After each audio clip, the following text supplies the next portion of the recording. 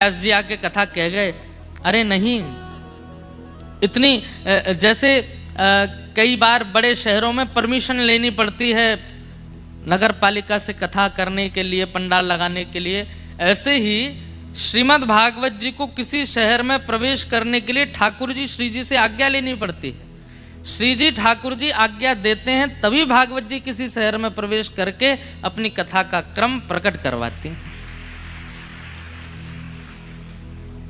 उसी बहाने अब भागवत जी आई तो कोटा से हैं, यहाँ पर कोटा में कथा विश्राम करके यहाँ आई, पर हमें आपको लगा सहजी गाड़ी में रख के पोथी जी आ गई, पर नहीं। मूल बात यह है कि भागवत जी में विराजमान सारा परिकर आता है। जैसे हम कहीं घूमने जाते हैं तो बस भर के अपना परिवार लेके जाते हैं, ऐसी भागवत जी में देखो ध्रुव जी भी बैठ के आए, प्रहलाद जी भी बैठ के आए, ध्रुव जी का पूरा परिवार बैठ के आया, प्रहलाद जी का पूरा वंश खानदान बैठ के आया, भरत जी महाराज, जड़ भरत जी महाराज, सब लोग बैठ कर के आए। बीच में राम कथा आती है तो राम कथा के जितने परिकर सब लोग आए। फिर उसके बाद ठाकुर जी की कथा आती है तो श्री नंद बाबा, यशोदा मैया, बलभद्र, सुभद्रा बहन, रोहिणी मैया, ठाकुर जी, देवकी, वसुदेव, कंस भी, सब लोग एक ही बस में बैठ के आए हैं। एक का भी अगर मन नहीं होगा तो यात्रा कहीं ना कहीं रुक जाती है। बस में बैठे एक व्यक्ति बोल दे मुझे नहीं जाना, मैं नहीं जा रहा और मैं नहीं जाने दूंगा किसी को, कौन जा पाए?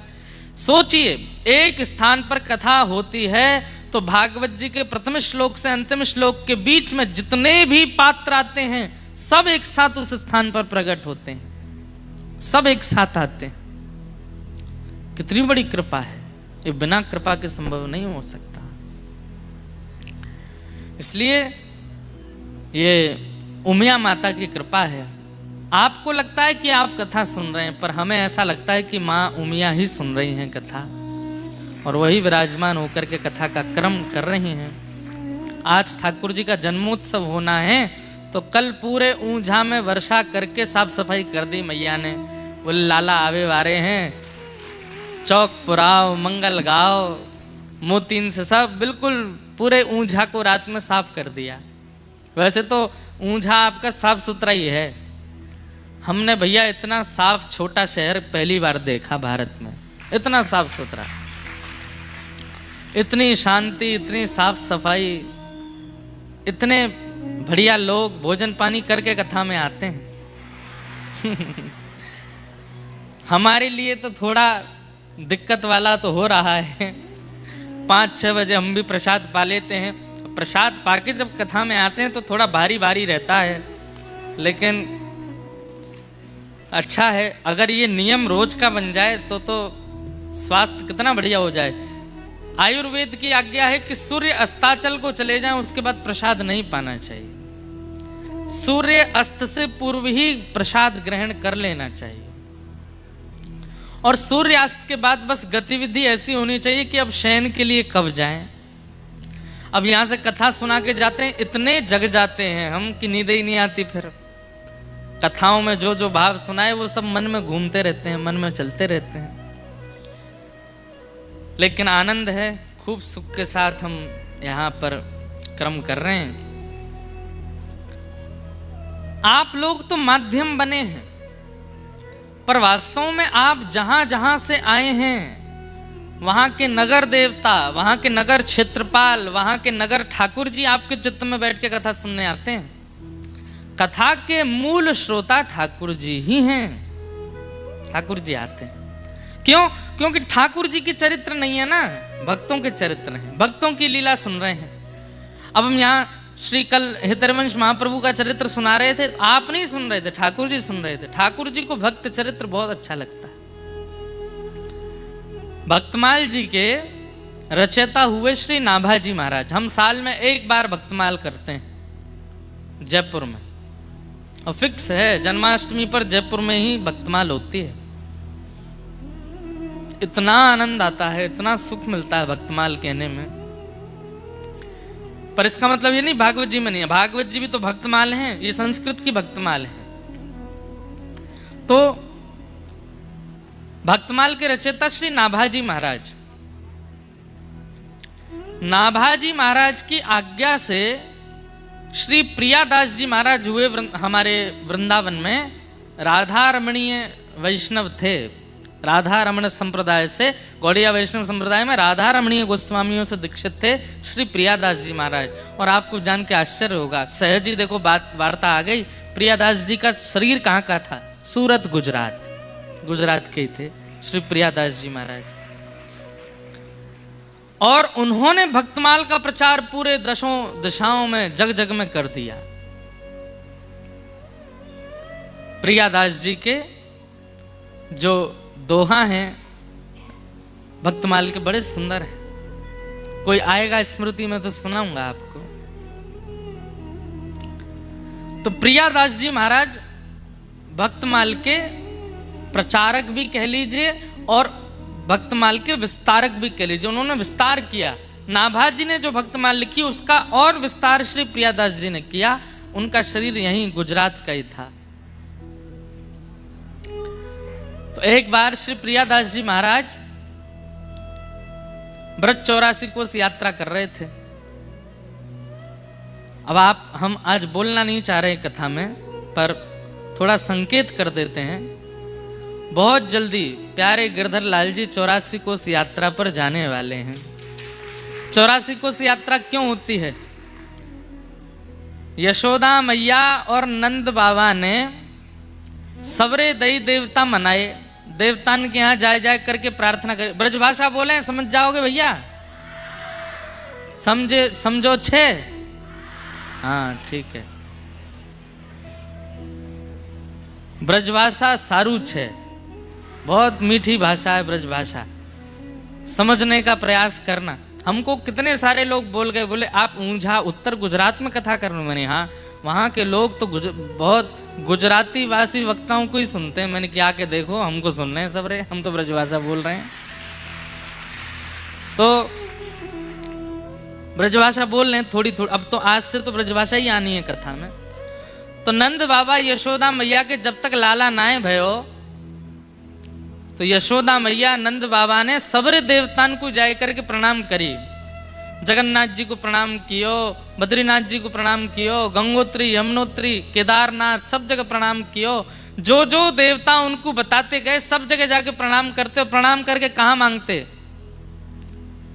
हमें बालक नाए चाहिए, हमें लाला नाए चाहिए। तो अरे नंद बाबा की 9 लाख गैया हैं, नंद बाबा के बाद उन गैयान की सेवा करने वालों ग्वारिया चाहिए।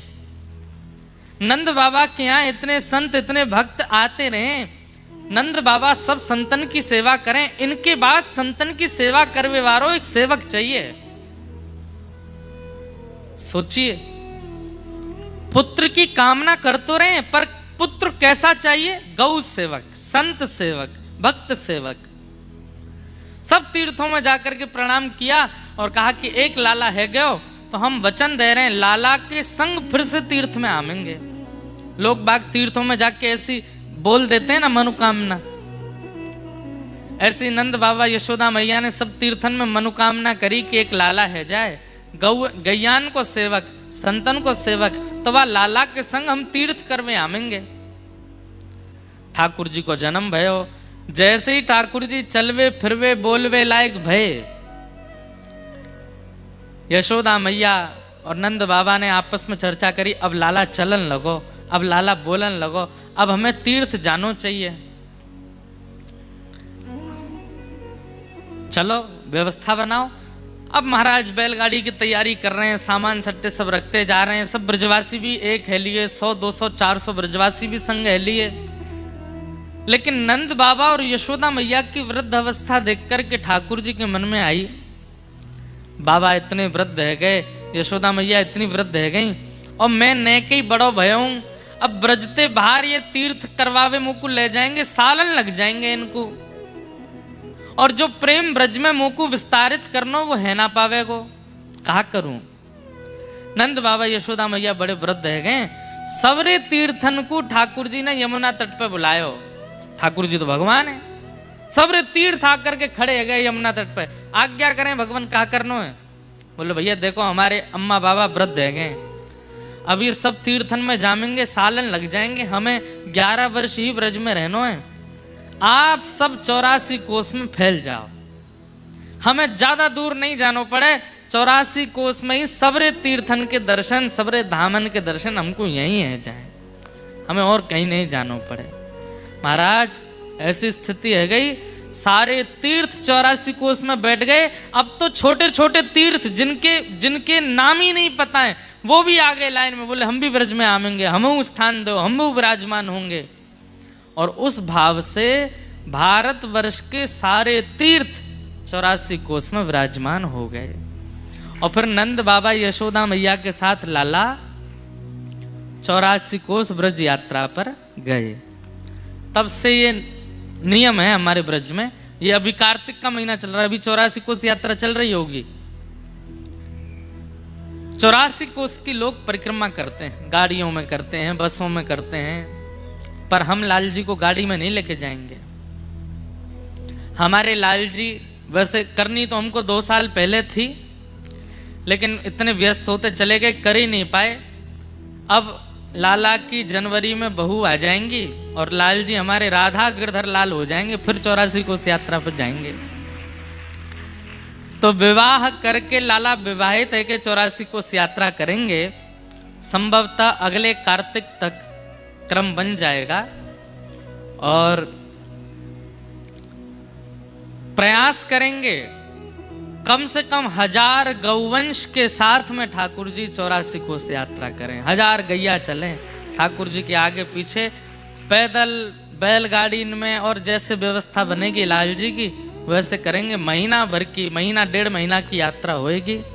जगह जगह जा करके तंबून में रुके करेंगे, वहीं प्रसाद बना के पाया करेंगे, वहीं कथा हुए करेगी। प्रेम से बैठ करके नीचे पंडाल में कथा करो करेंगे। और जगह जगह सबरे ग्वारिया बन के सिर पर फेटा बांध करके रज लगा करके पूरे तन में, और फिर पूरे ब्रजमंडल की यात्रा लाल जी पालकी में बैठ करके या बैलगाड़ी में बैठ के करेंगे। तो ऐसी ब्रज 84 कोस यात्रा अगले वर्ष होएगी। हमने बिना योजना बनाए मंच से बता दिया, अभी योजना बनानी है, लेकिन हमें पूर्ण विश्वास है, जहाँ तक हमारे आंकड़े कहते हैं, कम से कम अभी बरसाना उत्सव में ही 30-35 हजार वैष्णवों की आने की संभावना है। लाल जी 84 कोस यात्रा करेंगे तो लाखों वैष्णव आएंगे, और सब चल चल करके घूम घूम करके पूरे ब्रज की यात्रा करेंगे। ऐसा दृश्य प्रकट है जाएगो जैसो द्वापर में ठाकुर जी ने 84 कोस यात्रा के समय प्रकट कियो, वैसा ही दृश्य आवेगो। आज से लगभग 15 वर्ष पहले, शायद 12-15 वर्ष पहले, परम पूजनीय श्री मलुक पीठ वाले महाराज जी ने गौ 84 कोस यात्रा की थी। उसमें हजारों गौवंश साथ चलता था, और वैसी यात्रा हुई थी। उसी यात्रा की परिकल्पना पुनः अगले वर्ष तक धारण होगी, और प्यारे गिरधर लाल जी 84 कोस यात्रा करेंगे। ठाकुर जी के ब्याह की बधाई मिलेगी सबन को, यात्रा के रूप में सब आवेंगे। बड़े बुजुर्गन सो तो कह देंगे रिक्शा कर लो पीछे, और जितने हमारे युवा पट्ठा हैं सबरे पैदल पैदल दौड़ दौड़ करके ब्रज की परिक्रमा करेंगे, पूरे ब्रज को आनंद करेंगे। हाँ, तो ऐसी यात्रा होएगी। तो हम क्या सुना रहे थे? श्री प्रियादास जी भागवत कथा के, और कथा के श्रोता कौन है ये सुनो। तो श्री प्रियादास जी महाराज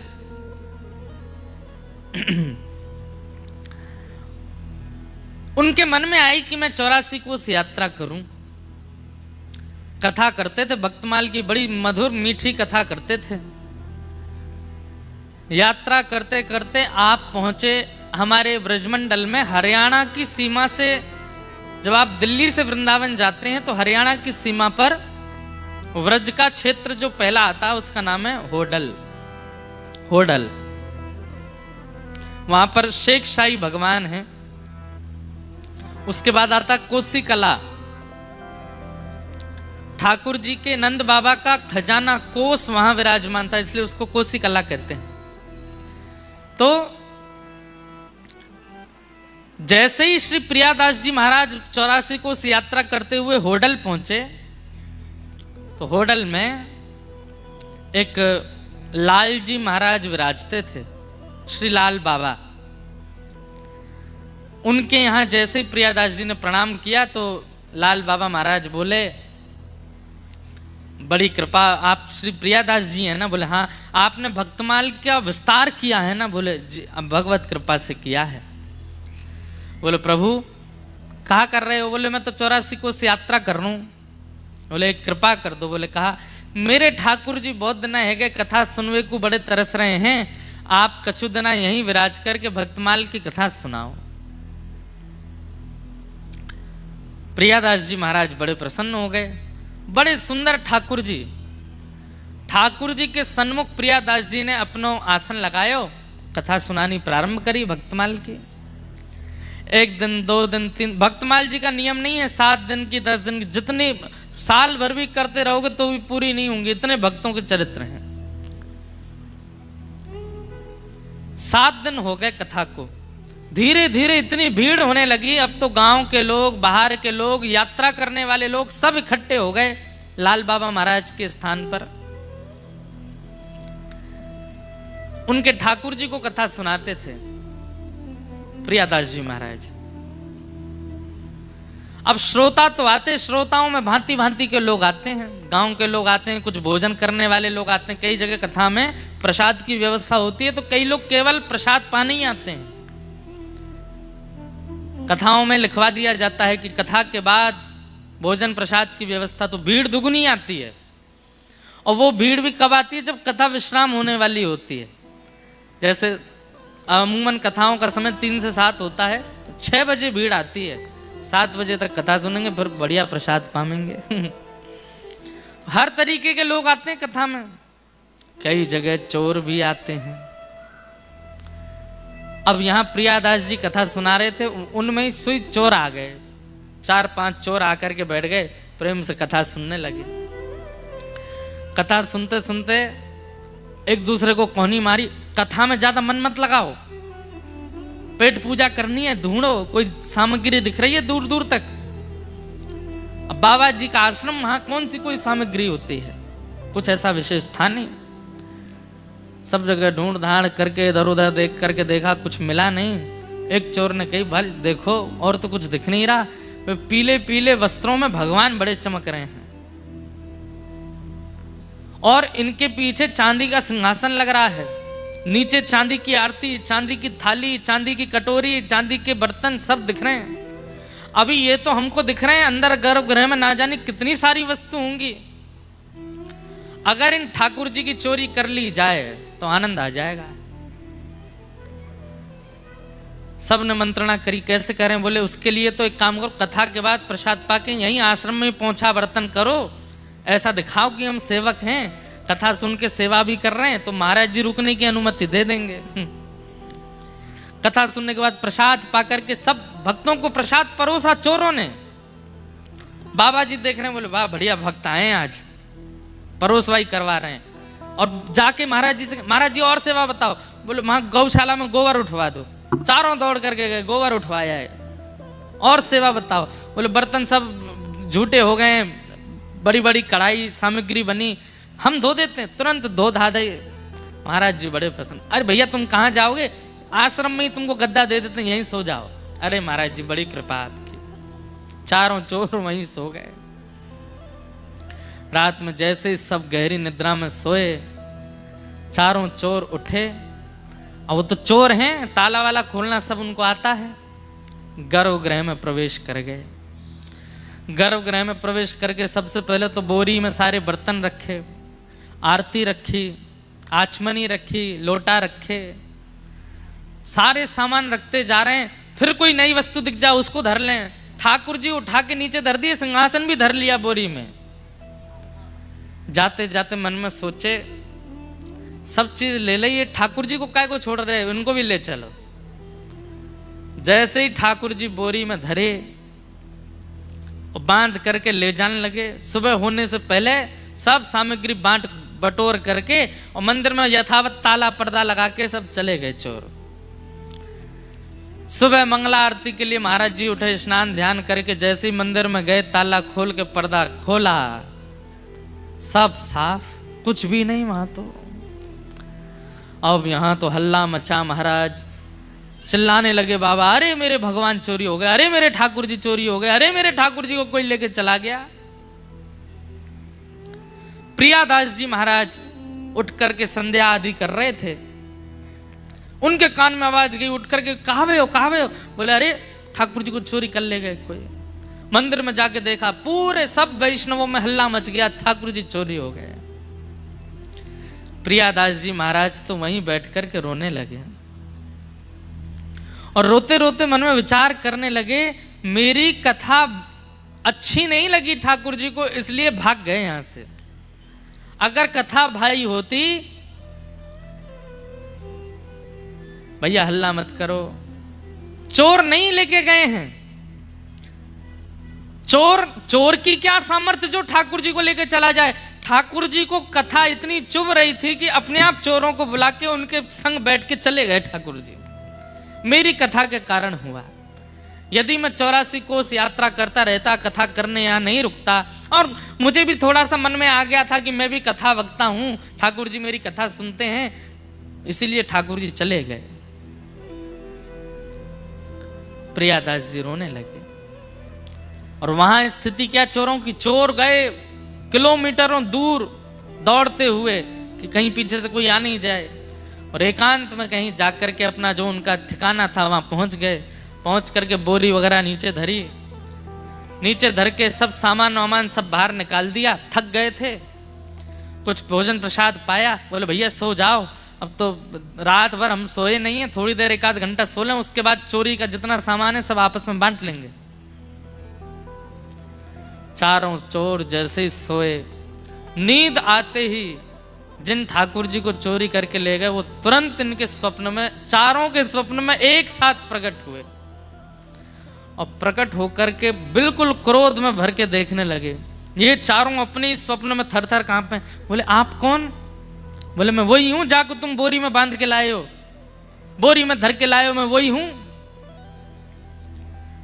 अरे आप इतने क्रोधी क्यों हो रहे हैं? बोले अरे 1 दुख, 2 दुख, 3 दुख, 4 दुख, 5 दुख देता होगा व्यक्ति, तुमने तो मुझे असंख्य दुख दिया है, इतना दुख दिया है, इतना कष्ट दिया है, अभी जहां तुम सो रहे हो वहीं पृथ्वी फटेगी और तुम तीनों रसातल में जाके गिरोगे। हमने क्या किया ठाकुर जी? अरे रात्रि से चोरी किए हो, कुछ खिलाया नहीं पिलाया नहीं, सुबह से भूखो प्यासो बैठा हूं मैं, बोरी में बांध के ले आए हो, स्वयं ने भोजन प्रसाद पाके सो गए हो। और भोजन प्रसाद तो बहुत दूर की बात रही, वहां मैं प्रेम से कथा सुनना था। 7 दिन से इतनी बढ़िया लीला चरित्र भक्तों की सुना रहे थे श्री प्रियादास जी महाराज, और तुम लोग वहां से मुझे लिया है। अभी मध्याह्न का समय हुआ है, कथा प्रारंभ होने में 2 घंटे बचे हैं, जो समय से कथा शुरू होती है। मैं तुम्हें कह रहा हूं कि तुम सोच नहीं पाओगे इतना बुरा करूंगा तुम चारों के साथ में। अभी इसी वक्त मुझे लेकर के वहां जाओ। हाँ ठाकुर जी हम अभी उठ करके लेके, और सुनो सुनो सुनो, जितना सामान लेके आए हो मंदिर का वो सब भी लेकर के जाना, और अपराध किया है, कथा छुड़वाई है मेरी, तो दंड तो देना पड़ेगा। बोले तो क्या दंड है?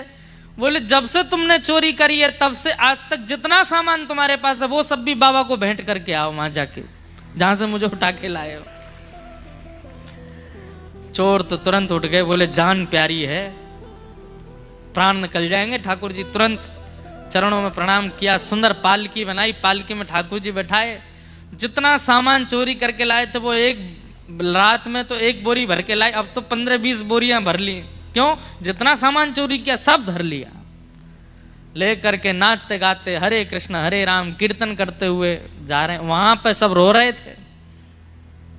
इतने में किसी ने अल्लाह के बाबा देखो ठाकुर जी आ गए, ठाकुर जी आ गए। तो देखे आहा पालकी में विराजमान होकर के ठाकुर जी बढ़िया उछल उछल करके आनंद करते हुए आ रहे हैं।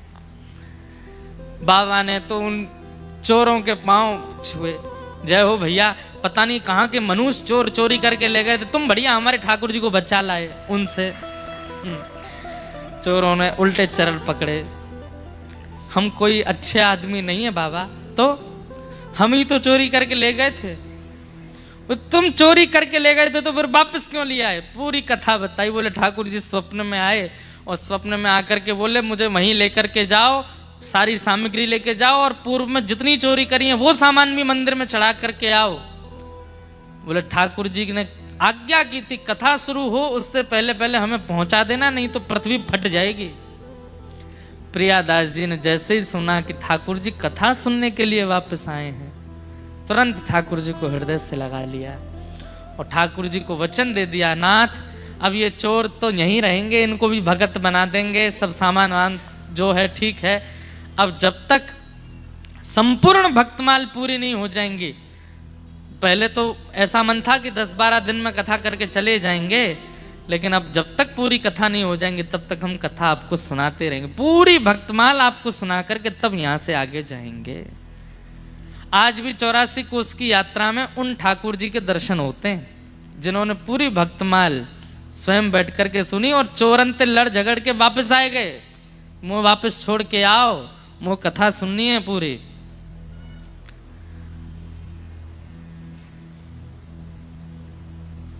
आइए भगवंत विराजिए कथा रसिक हरिदास, तुम श्रोता भक्तमाल के तुम पद रज हम दास। भक्तमाल और भागवत के मूल श्रोता ठाकुर जी हैं, आप लोग नहीं हैं। अब यहाँ कोई ऊंझा से आया है, कोई अहमदाबाद से आया है, कोई बड़ौदा से आया है, कोई सूरत से आया है, कोई कहीं से आया है, कोई सोमनाथ से आए हैं, कोई द्वारिका से आए हैं, जहां जहां से आए हैं, आपके क्षेत्र के जो ठाकुर जी जो देवता हैं वो आपके चित्त में बैठ करके कथा सुनने वो आए हैं, आप नहीं आए। कथा के श्रोता तो ठाकुर जी, कथा के प्रेमी तो ठाकुर जी। बंधुओं, कथा विश्राम हो जाती है, उसके बाद क्या करें? यहां पर अभी 3 दिन बाद कथा विश्राम हो जाएगी, फिर क्या करोगे? 7 तारीख के बाद क्या करोगे? 8 तारीख के बाद नियम बना लीजिए, नित्य ठाकुर जी को एक प्रसंग सुनाया कीजिए। अब प्रसंग ठाकुर जी को सुनाना है तो उसके लिए स्वयं भी तो सुनना पड़ेगा। तो पहले स्वयं सुनो और फिर अपने ठाकुर जी को जब रात्रि शयन कराते हो, देखो सुबह का श्रृंगार अच्छा नहीं कर पाते, कोई दिक्कत नहीं। ठाकुर जी को मुकुट टेढ़ा मेढ़ा हो जाता है, कोई बात नहीं। ठाकुर जी की प्रसादी इतनी बढ़िया नहीं बना पाते, कोई बात नहीं। अंत भला तो सब भला। अपनी शयन की सेवा बहुत सुंदर कर लीजिए और हम बता रहे हैं रचना कैसी करो। रात्रि में जब ठाकुर जी को शयन कराते हैं उस समय जो ठाकुर जी का मंदिर है, कक्ष है, सारी वहां की लाइटें बंद कर दो, सुंदर 2-4 दिया जलाओ। दिया जला करके बिल्कुल शांति हो, जैसे नंद भवन में ठाकुर जी सोते हैं वैसे सुभाओ। फिर ऋतु के अनुसार जो इत्र चल रहा है, अब जैसे अब हिना का इत्र प्रारंभ हो गया, हिना का इत्र, शमामा का इत्र लो, थोड़ा सा हाथ में मल लो, फिर ठाकुर जी के सारे श्रृंगार उतारो, दिया जलने दो और उतनी देर ठाकुर जी को कोई प्रसंग सुनाते रहो। जैसे एक मैया लाला को लोरी सुनाती है, श्रीमद् भागवत में कथा नहीं, कृष्ण करणामृत में एक विल्ल मंगल जी चरित्र सुनाते हैं। मैया यशोदा लाला को राम कथा सुना रही है। लाला, एक राम नाम को राजा हतो, एक दशरथ नाम को राजा हतो। सो गोद में पड़े पड़े ठाकुर जी कह रहे हैं मैया धीरे धीरे वस्त्र उतार रही है। दिन भर तो भारी वस्त्र पहने, रात में हल्के पहनेंगे तो ठाकुर जी कथा में मन लग जाता है तो प्रेम से तैयार हो जाते हैं। लाला, एक दशरथ नाम को राजा है। तो सो ठाकुर जी कर रहे हैं फिर मैया माला उतारे, उनको एक लाला हो, वाको नाम हो राम। ठाकुर जी बोले मंद मंद मुस्काते जा रहे हैं, मेरी कथा सुना रही है मैया मोहे। अच्छा मैया, फिर का भयो? लाला, उनको एक छोटा भैया है तो उनको नाम हो लक्ष्मण। सो ठाकुर जी बलराम जी को देखने लगे, यही तो थे पूर्व में। फिर कहा भयो मैया? बोले उनको एक सीता नाम की कन्या सो ब्याह भयो। ठाकुर जी बोले और लाला, फिर एक दिन ऐसा भयो, सौतेली मैया ने दशरथ जी सो राम जी को वनवास मांग लियो। सो ठाकुर जी दुखी मन से बोले फिर बोले राम जी वन में गए और लक्ष्मण भैया और उनकी पत्नी सीता जी उनके संग गई। ठाकुर जी बोले फिर एक दिन लाला कहा भयो? बोले कहा भयो? बोले पंचवती के तट पर दुष्ट रावण आयो। सोई ठाकुर जी क्रोध में बोले छोटे से गोपाल जी। और राम जी तो गए वन खेलवे के काजे, और वह दुष्ट रावण ने आकर के सीता जी को हरण कर लियो। जैसे ही ठाकुर जी ने सुनी रावण ने सीता जी को हरण कर लियो, तुरंत ठाकुर जी उठ के खड़े हो गए। लक्ष्मण मेरा बाण लेकर के आओ, मेरा धनुष कहाँ है? इस रावण को मैं आज देख लूंगा। उस दिन तो मैं कहीं और चला गया था, सीता जी का हरण करके ले गया था, आज इसको मैं जीवित नहीं छोड़ूंगा, यहीं इसमें बाण मार दूंगा, यहीं इसका वध कर दूंगा। और मुझे पता है इसकी नाभि में बाण मारना है। मेरा धनुष बाण कहाँ है? यशोदा मैया लाला लाला, अरे मेरे लाला तू कन्हैया है, तू राम ना है। बलराम जी आए तुरंत, लाला धीमे। ठाकुर जी को जैसे तैसे आवेश में से बाहर निकले। मैया अब आगे मत सुनाओ, यहीं तक ठीक है, आगे सुनाओगी और आवेश आ जाएगा। ठाकुर जी रात्रि में शयन करते हैं, उस समय ठाकुर जी को कुछ सुनना है। कुछ याद ना आवे तो गीत गोविंद सुनाओ, कुछ याद ना आवे तो गोपी गीत सुनाओ, कुछ याद ना आवे तो कोई पद सुनाओ। और अगर कर सको, इतने रसिक जन, इतने कथाकार कथा कर रहे हैं, सबकी कथा यूट्यूब पे आती है, सुनो एक चरित्र उसमें से ठाकुर जी को सुनाओ। और धीमे धीमे इत्र की मालिश करते रहो, घी लगाओ, दिए की लौ में थोड़े थोड़े ठाकुर जी दिख रहे हैं, श्रृंगार हल्का कर दो, हल्की हल्की सी माला ठाकुर जी के सेज पर भी इत्र बिछाते जाओ, कथा सुनाते जाओ, और बढ़िया प्रेम से ठाकुर जी को फिर वहां पे पढ़ा दो। धीमे धीमे चरण दबाते रहो जब तक चरित्र पूरा ना हो जाए। और जैसे ही चरित्र विश्राम हो, धीमे से बोलो भक्त वत्सल भगवान की। ठाकुर जी को पूरी चदरिया उड़ाए करके दिए बाहर पधरा दो, एक जलझारी रख दो, ठाकुर जी सो गए। जिस घर में, एक बात बोले आपको, भोजन भली बढ़िया ना मिलता हो, पूरा दिन भली मन ना लगता हो, लेकिन रात में बिस्तर बढ़िया मिल गया सोने के लिए, ठाकुर जी फिर दौड़ दौड़ के उसी घर में जाएंगे। बोले यहीं सोऊंगा मैं तो, यहाँ सोवे में बड़ो आनंद आवे, यहाँ शयन करने में बड़ो सुख मिले। ठाकुर जी को शयन कराओ, शयन की सेवा इतनी सुंदर कीजिए बंधुओं, ठाकुर जी आपसे रीझ जाएंगे। और आप अनुभव करेंगे, जब आप शयन करने के लिए जाएंगे तो ठाकुर जी आपके शयन में आके अपने शयन के दर्शन करा देंगे कि मैं कैसे सो रहा हूं। ऐसे अनुभव होने लगेंगे।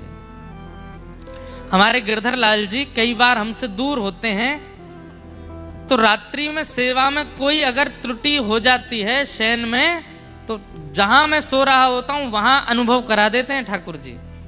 रात भर बेचैनी होने लगेगी, रात भर प्यास लगने लगेगी, रात भर श्वास रुकने लगेगी, घबराहट सी होने लगेगी, मन नहीं लगेगा, नींद नहीं आवेगी, तो समझ जाते हैं कि ठाकुर जी को आज नींद नहीं आ रही है, निश्चित ठाकुर जी के शयन में कोई दिक्कत हुई है। शयन अच्छा करो ठाकुर जी का, शयन की सेवा सवारो। तो नित्य ठाकुर जी को कथा सुनाओ। ठाकुर जी कथा के रसिया हैं, कथा ठाकुर जी कथा के श्रोता हैं। यशोदा मैया एक लोरी गाती हैं, छगन मगन मेरे लाल को आजान दिया, छगन मगन मेरे लाल को आजान दिया, चंचल मोहन श्याम के नैनन बीच समा, चंचल मोहन श्याम के नैनन बीच समा। ये पद याद कर लीजिए, सुनाया कीजिए ठाकुर जी को। छगन मगन मेरे लाल को आजान दिया, छगन मगन मेरे लाल को आजान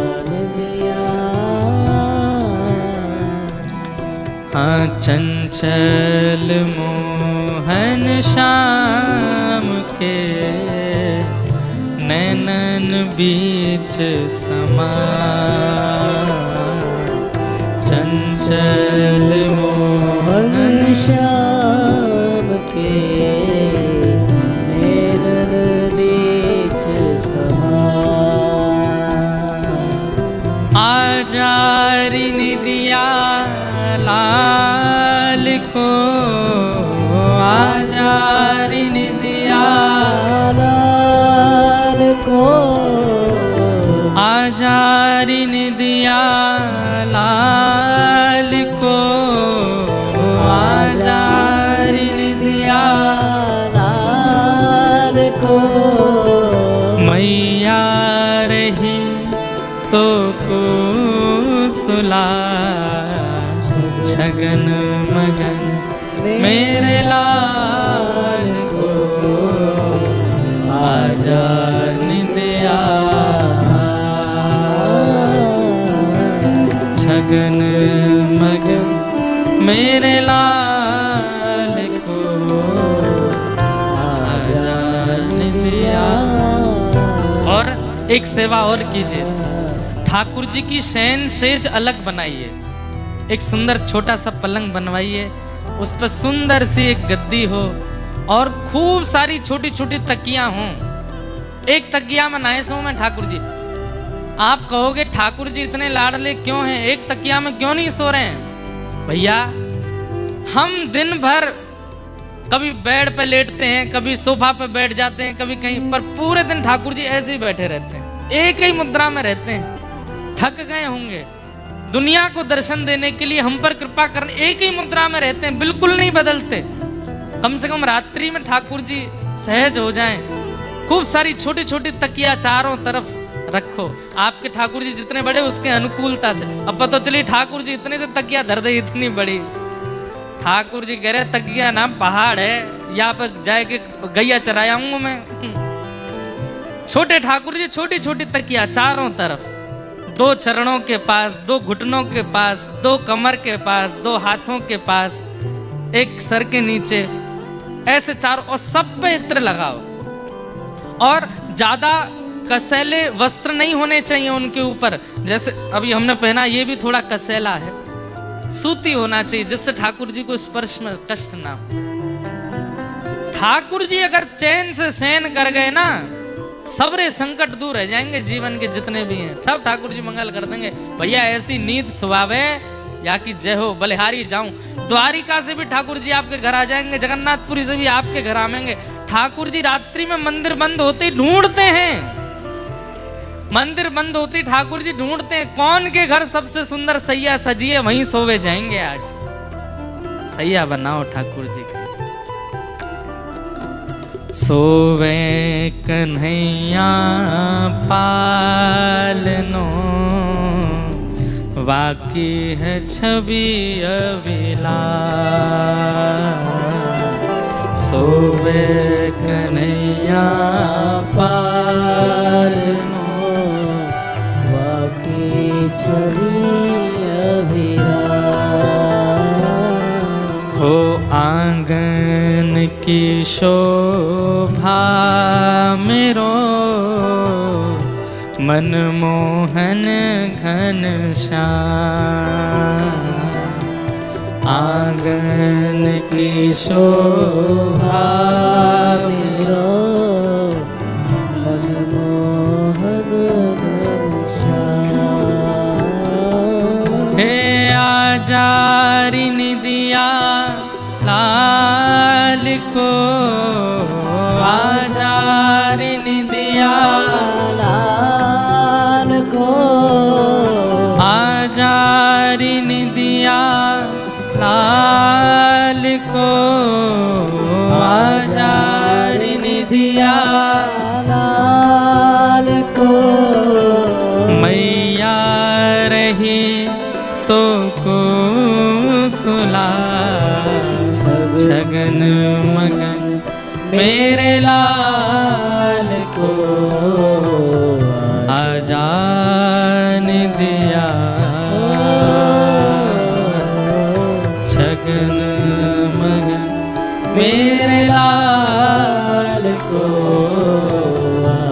जाने दिया चंचल मोहन श्याम के नैनन बीच समा चंचल मोहन श्याम के नैनन बीच समा।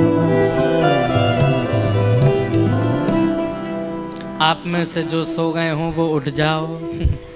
कहीं हमें तो मुझे बीच लोरी में डर लगा, मैंने कोई ये नहीं सो जाए सुन करके। तो ठाकुर जी की शयन की सेवा खूब मधुर। हम तो देखो कुछ ना कुछ बताते ही रहेंगे।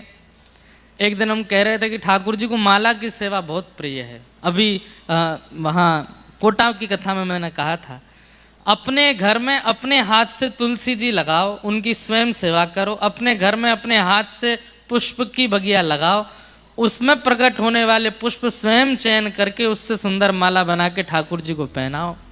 ठाकुर जी कहते हैं या के बाद तू कछु मत करे, यही सेवा से मैं बहुत प्रसन्न हूँ कि तू अपने हाथ से सुंदर बगीचा के पुष्प तैयार करके मुझको माला बना के पहनावे। लेकिन वो कई लोगों की माला ऐसी होती है कि धागे में माला एक पुष्प से दूसरे पुष्प के बीच के धागे दिखते हैं, ऐसी नहीं, सुंदर होनी चाहिए। सुंदर पुष्प की माला की ठाकुर जी दौड़ के आमे कि मुंह को धारण करा। मैं तो याके काजे तरस गयो।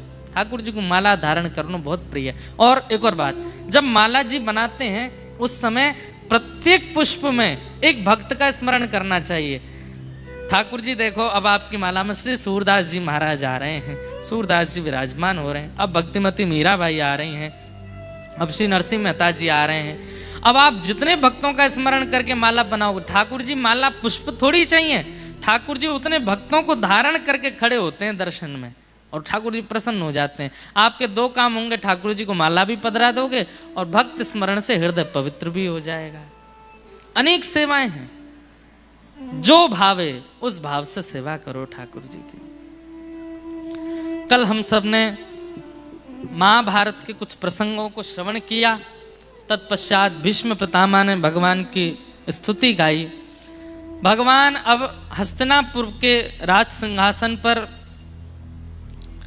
युधिष्ठिर जी को विराजमान करा करके द्वारिका को प्रस्थान कर गए। कुछ समय बाद उत्तरा के गर्भ के बालक ने जन्म लिया और वही बालक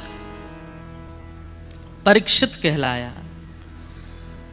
परीक्षित से मिलने के लिए भगवान भी पधारे। धीरे धीरे परीक्षित बड़े हुए। पांडव स्वर्गारोहण को प्रस्थान करके परीक्षित को राज्य गद्दी पर बिठा के परीक्षित से एक दिन एक अपराध बन गया। अपराध कैसे बना?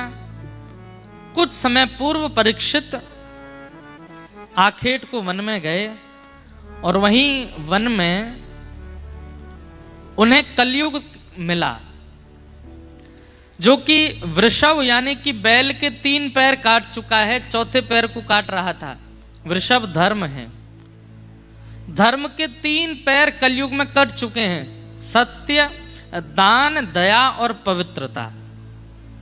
दान, दया और पवित्रता, ये 3 चरण कलयुग धर्म के कलयुग में नहीं है।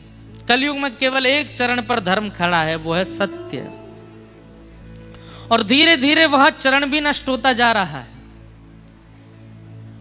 कलयुग को देख करके राजा परीक्षित ने अपनी तलवार निकाल करके जैसे ही मारना चाहा, कलयुग ने चरण पकड़ लिए। बोले महाराज मुझे मत मारिए, मैं कलयुग हूं।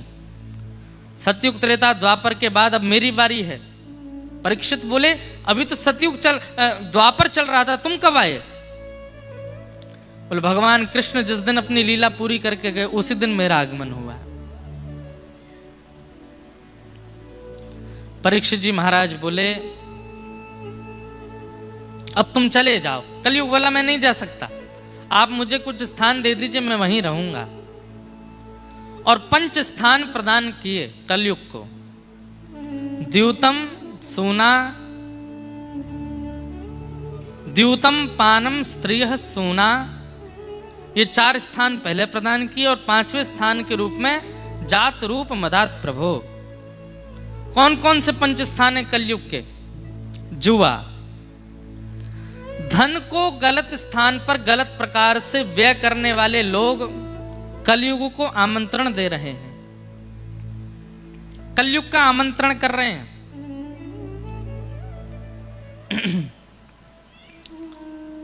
इसलिए धन कहाँ व्यय होना चाहिए, कब व्यय होना चाहिए, कैसे व्यय होना चाहिए, उसका विचार करना चाहिए आपको। गंभीर प्रसंग है, ध्यान से सुने। सत्संग करने वाले व्यक्ति को इतनी बुद्धि प्राप्त हो जाती है कि धन जो मेरे पास है उसका मैं व्यय कैसे करूं और कहां करूं, कितना करूं, क्यों करूं। जब व्यक्ति जबरदस्ती अपनी इच्छाओं की पूर्ति के लिए धन व्यय करने लगता है, वही व्यक्ति पापगामी होने लगता है।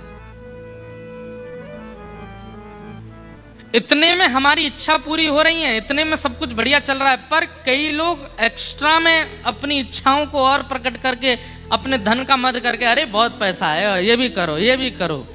ऐसे लोग ही फिर पाप के मार्ग पर पापगामी हो जाते हैं। अब तुम तो बस इतना बताओ कितना लगेगा, पैसे की चिंता मत करो, हम करते हैं ना। अपनी इच्छाओं की पूर्ति के लिए, अपने शौक के लिए, अपने ऐश्वर्य के लिए, जो इस प्रकार धन को कभी कभी अपना दास मान लेते हैं कि अरे हम पे तो बहुत है, बताओ तो सही कहां लगाना है। ऐसे लोगों का धन ही उनकी बुद्धि विकृत करता है आगे चल के।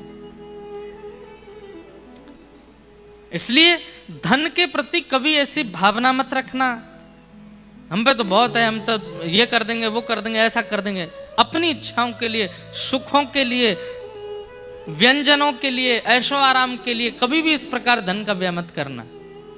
हाँ, गौ सेवा की बात आवे, अनुष्ठान की बात आवे, भगवत सेवा की बात आवे, कुछ अनाथ बालकों की सेवा की भाव आवे, वृद्धाश्रम में सेवा की भाव आवे, कहीं भी सेवा के भाव में आवे, वहां बढ़ चढ़ के आना चाहिए। हम लोग उल्टे हैं, इच्छाओं की पूर्ति के लिए, ऐशो आराम के लिए हम ये कह देते हैं अरे तुम तो बस बताओ कितना चाहिए, हम देते हैं ना। और जब सेवा की बात आती है बोले इतना ही ले लीजिए, अब इतने थोड़ी लगते हैं सेवा में, इतने से ही हो जाता है सब कुछ।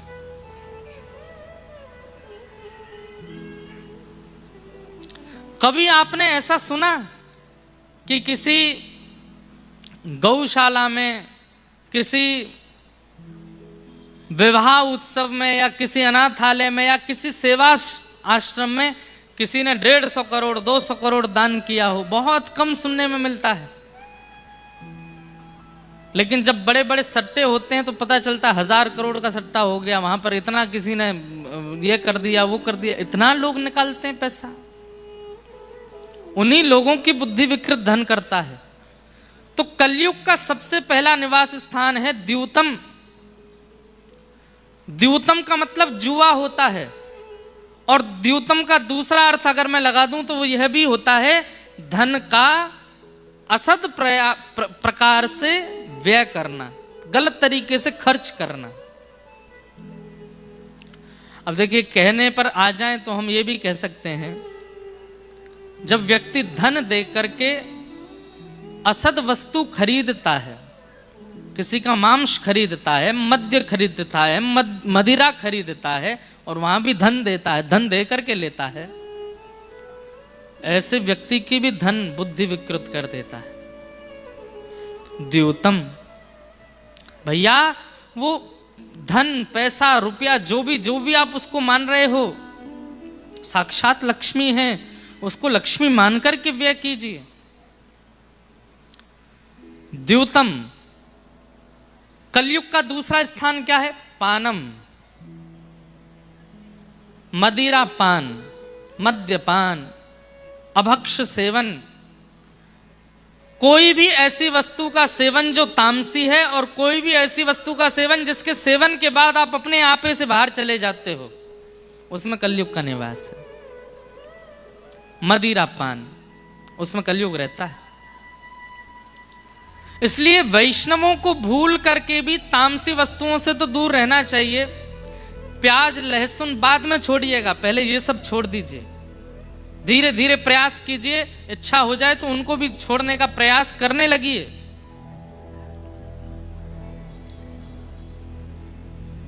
मद्यपान, ये तो करना ही नहीं चाहिए। द्यूतम पानम। तीसरा आता है पर स्त्री पर पुरुष संग। पर स्त्री और पर पुरुष के प्रति दृष्टि नहीं रखनी चाहिए।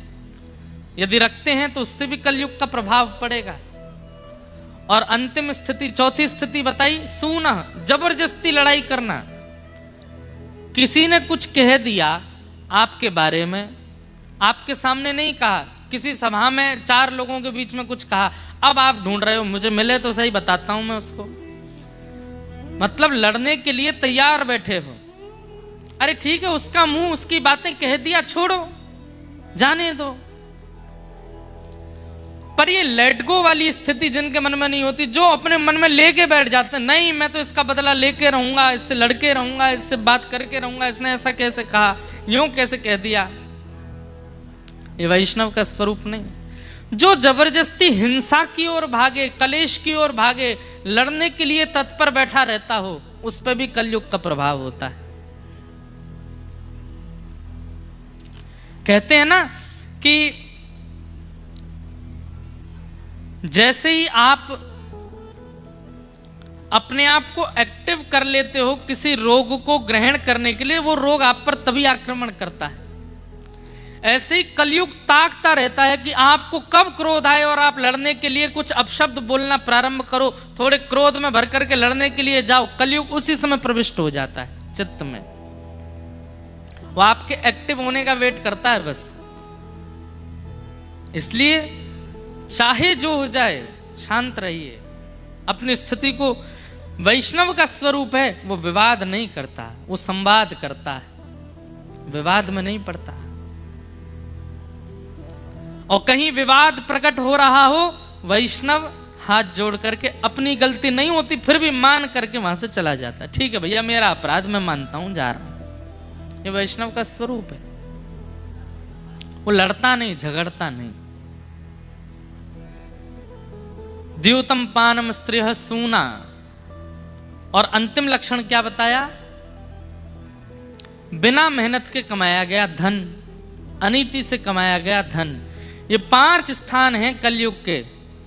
जुए में, मद्यपान में, पर स्त्री पर पुरुष संग में, हिंसा में और बिना मेहनत के कमाए गए धन में। इन 5 स्थानों में कलयुग का निवास है। अगर आप अपने ऊपर विचार करेंगे तो इन 5 में से कहीं पर हमने एक बार तो प्रवेश किया है। इसीलिए आज कलयुग का प्रभाव हमारे ऊपर है। कई लोग हैं उनको आप कथा तक खींच लाते हो, चल सुनेगा क्यों नहीं, बाहर से ही लौट जाते हैं, नहीं मुझे नहीं सुनना।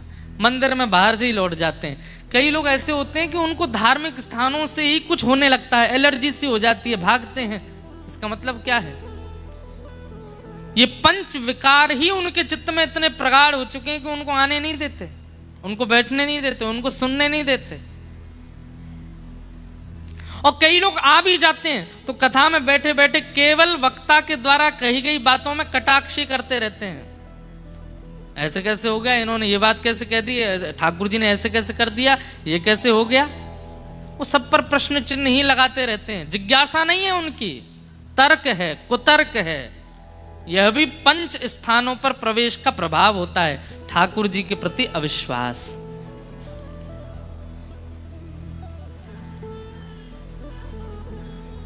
कोई बोल रहे हैं उनको बोल दो, धीरे बोलें। तो राजा परीक्षित ने ये 5 स्थान कलयुग को दे दिए।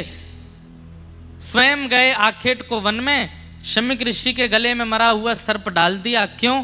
जल मांगा था, लेकिन ऋषि त्राटक समाधि में बैठे थे, प्रत्युत्तर नहीं दे पाए। तो अपना अपमान जान करके राजा ने, मैं जल मांग रहा हूं और ये समाधि से नहीं उठ रहे हैं, मरा हुआ सर्प गले में डाल दिया।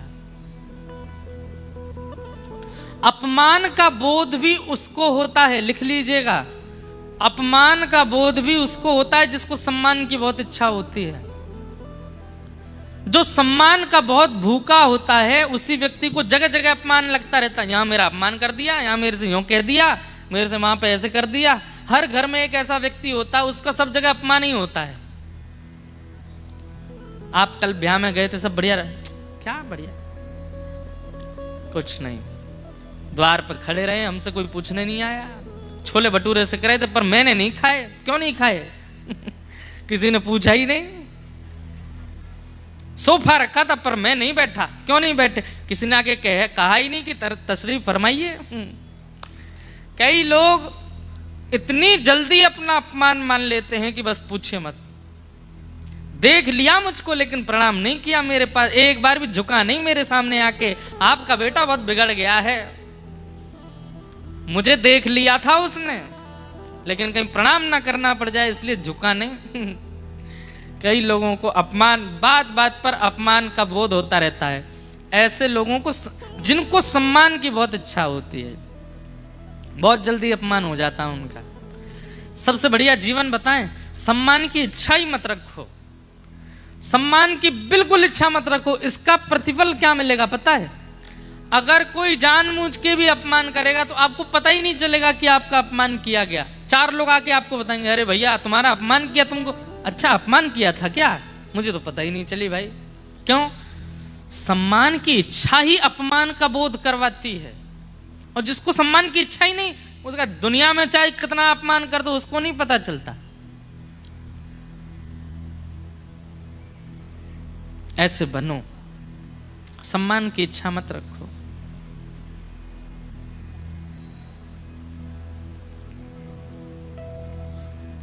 तो राजा परीक्षित ने मरा हुआ सर्प डाल दिया गले में, केवल इतनी सी बात पर कि मैंने जल मांगा और ये संत अभी समाधि में बैठे हैं। अरे भाई समाधि है वो समाधि ही क्या, जहां पर बाहर की गतिविधि पता चल जाए। पर राजा परीक्षित को क्रोध आ गया, गले में मरा हुआ सर्प डाल दिया। परंतु शमीक ऋषि के पुत्र श्रृंगी ने यह दृश्य जैसे ही उनको पता चला, श्राप दे दिया। मेरे पिता के गले में मरा हुआ सर्प डाला, मैं श्राप देता हूं राजा परीक्षित को, आज के ठीक 7वें दिन तक्षक सर्प डस देगा, इनकी मृत्यु हो जाएगी। अब राजा परीक्षित जब लौट करके गए, बंधुओं कलयुग का सबसे पहला प्रभाव क्या है? आपके ऊपर कलयुग का आक्रमण आ चुका है। इसके सिम्टम्स क्या हैं? जैसे कोविड के सिम्टम्स थे, छींक आना, खांसी होना। कोविड काल याद है? 2020 में घर में अगर कोई कमरे में छींका तो सारा घर इकट्ठा होता। तेरे को छींक आई रे, कहाँ गया था तू? कहीं नहीं गया भाई, ऐसे ही आ गई। हाथ धो के आ, पहले हाथ धो रहा है तू, मास्क लगा के 3 दिन मास्क में घूम। फिर माता जी उसके आगे पीछे घूमती थी, तुझे हींग की खुशबू आई कि नहीं आई? मैंने हींग का छोंक लगाया। हाँ माँ आई थी। हाँ तो भगवान बोले ठीक है। घर में बड़ा आनंद आया था कोविड के टाइम पे। मैया भोजन बनाती, जानबूझ करके नमक ज्यादा डालती, स्वाद आ रहा है कि नहीं। जैसे प्रसाद पाते सब बोलते बड़ा नमक है। भगवान बैठे, बहुत बढ़िया भैया, सब ठीक है, स्वाद आ रहा है सबको। कोविड के सिम्टम्स थे, स्वाद चले जाना, सुगंधी ना आना, गला सूखा पड़ जाना, खांसी होना, जुकाम होना, आदि आदि, गला बैठना। ऐसे ये कलयुग के भी कुछ सिम्टम्स हैं। सबसे पहला सिम्टम क्या है? तिलकधारी, शिखाधारी, धोतीधारी, जनेऊधारी, कंठी पहनने वाले, हरे कृष्ण हरे राम या फिर राम राम जपने वाले, इनके प्रति पाखंड की भावना प्रकट होना। अरे ये सब तो ऐसे ही हैं, ये सब तो ऐसे ही हैं। इस प्रकार की भावना जिनके प्रति, जिनके अंदर प्रकट हो जाती है, समझ जाओ कलयुग का प्रभाव प्रारंभ।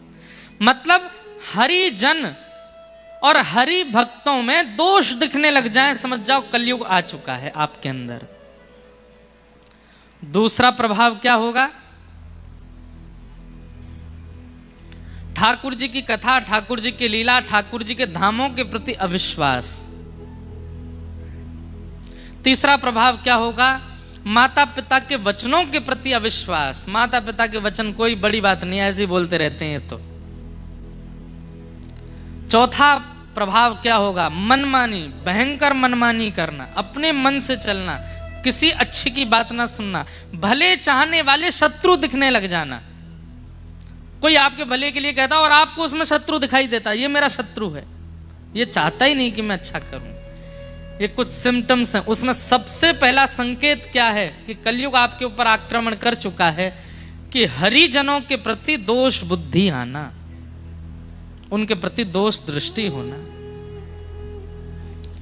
आजकल सोशल मीडिया का जमाना है, लोग इतनी जल्दी वैष्णव अपराध कर देते हैं।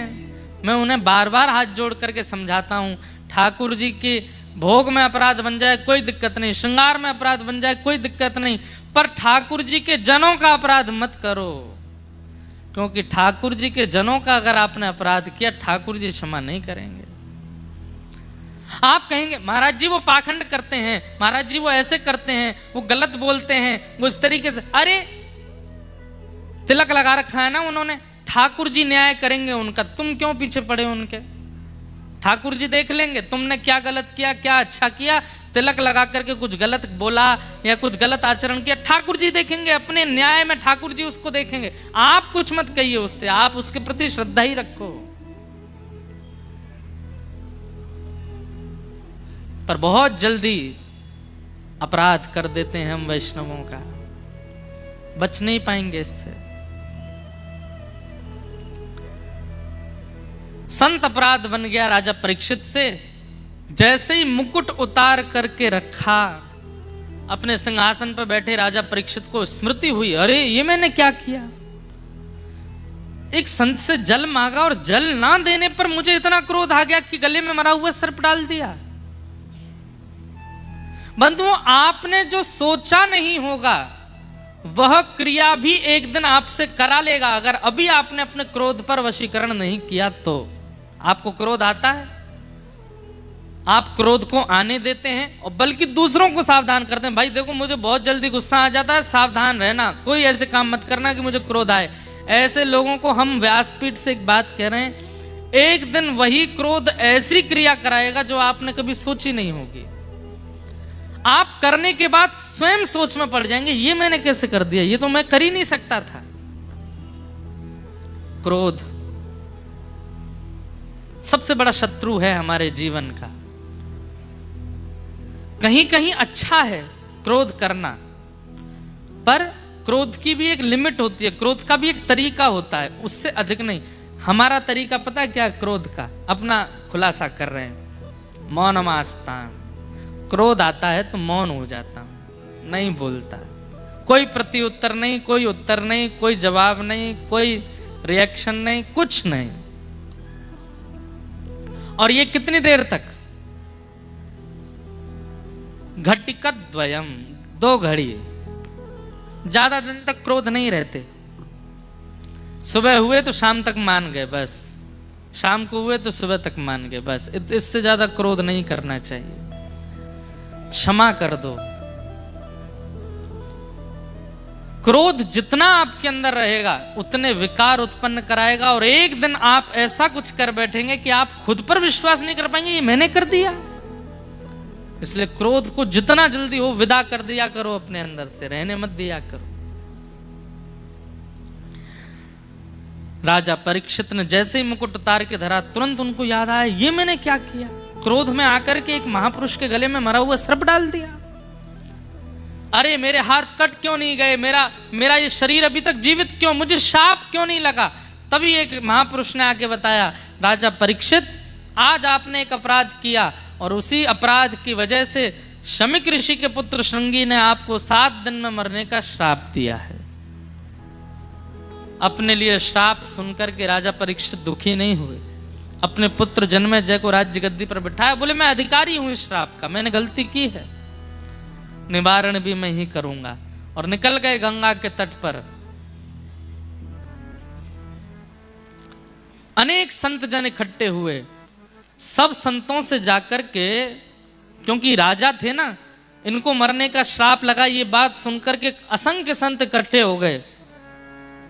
सब संतों के चरणों में राजा परीक्षित ने प्रणाम करते हुए कहा कि भगवान, मैं अब आप सबके प्रणाम में, सम्मान में बहुत समय व्यर्थ नहीं करूंगा, मेरे जीवन के केवल 7 दिन बचे हैं, कृपा करके म्रियमाण व्यक्ति की मुक्ति का उपाय क्या है, कृपा करके मुझे बताइए।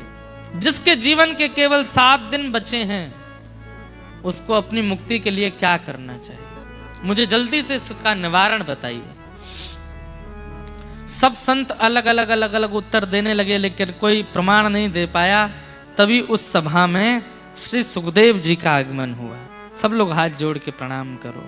भागवत के प्रमुख वक्ता श्री सुखदेव जी महाराज कि तत्रा भवद भगवान व्यासपुत्रो यदृच्छया कामटमानो नपेक्ष अलक्षलिंगो निजलाभतुष्टो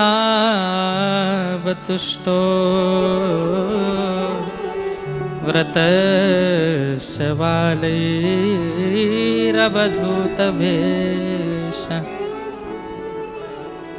बोलिए श्री सुखदेव जी महाराज की। श्री सुखदेव जी महाराज का आगमन हुआ।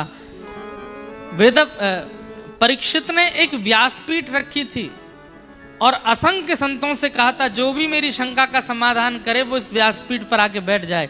अभी तक उस व्यासपीठ पर कोई नहीं बैठा। तभी नन्हे से श्री सुखदेव जी आए। कितनी वर्ष की आयु है? त्वम द्वष्ट वर्ष। यहां पर लिखा 2 बार 8 यानी कि 16 वर्ष। 16 वर्ष के श्री सुखदेव जी महाराज हैं। तो बोले 2 बार 8 ऐसे क्यों कहा? 16 वर्षीय सुखदेव जी ऐसे ही कह देते। बोले हैं तो 16 वर्ष के, लेकिन देखने में लगते हैं 8 वर्ष के। बंधुओं, एक बात पता है आपको?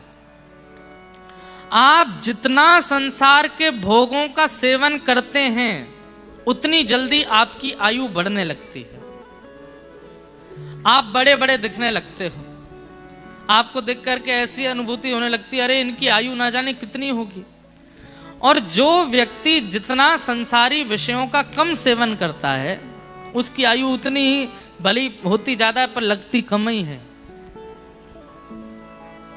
अब चाहे तो वो योग से अपने आप को संभाल ले, चाहे तो दुनिया भर के क्या बोलते हैं श्रृंगार आदि से अपने आप को संभाल ले, पर मूल बात यह है जितना भोग वृत्ति से बचेगा उतनी कम आयु लगती है उसकी, उतना सामान्य लगता है वो।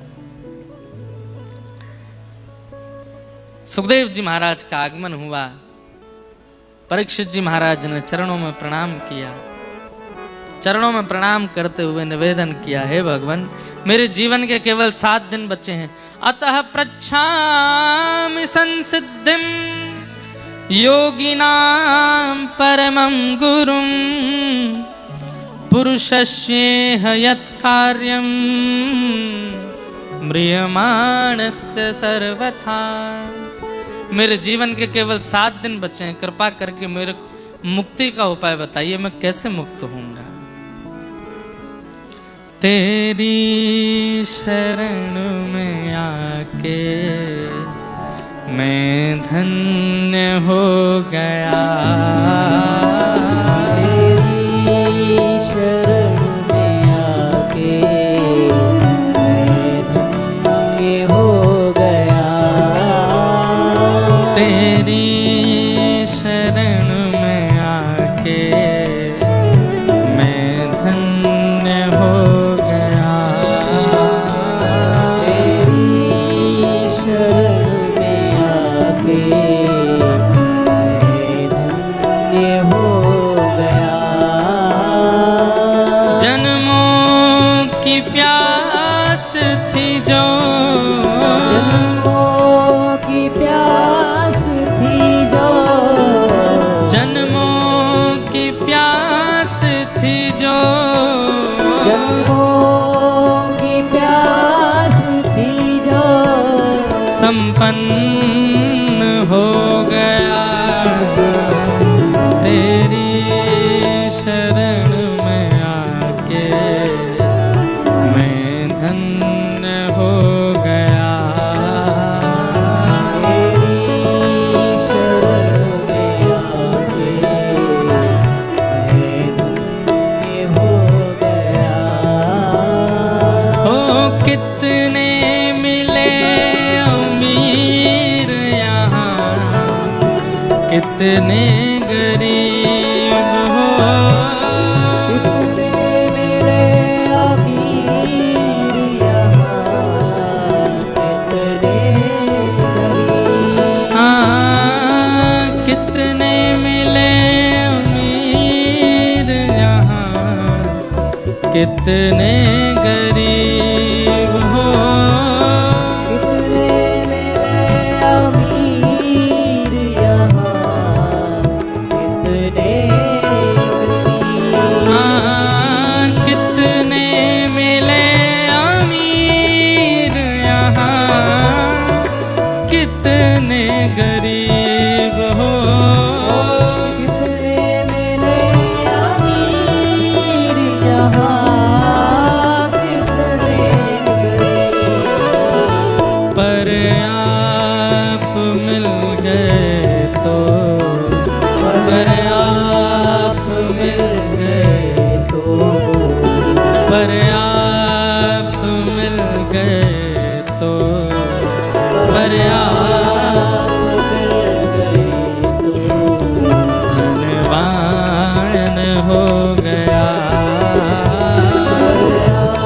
आप मिल गए तो धनवान हो गया। ओ पर आप मिल गए तो धनवान हो गया।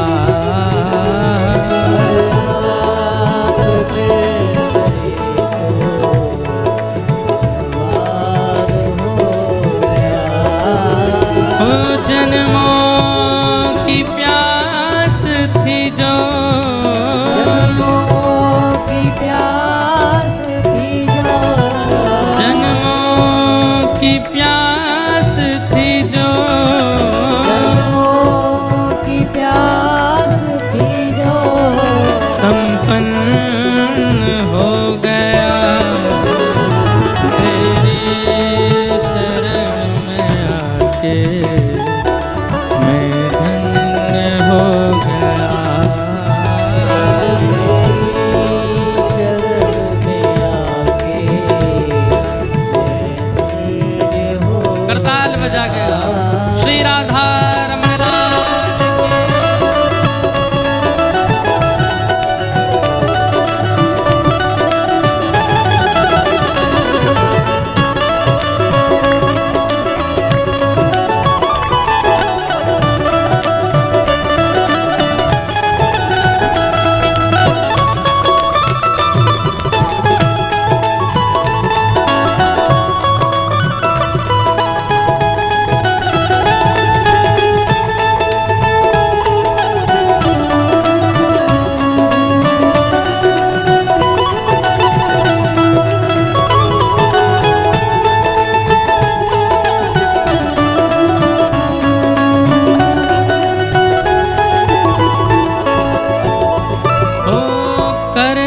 कभी ना दूर प्रभु, चरणों से आप हो।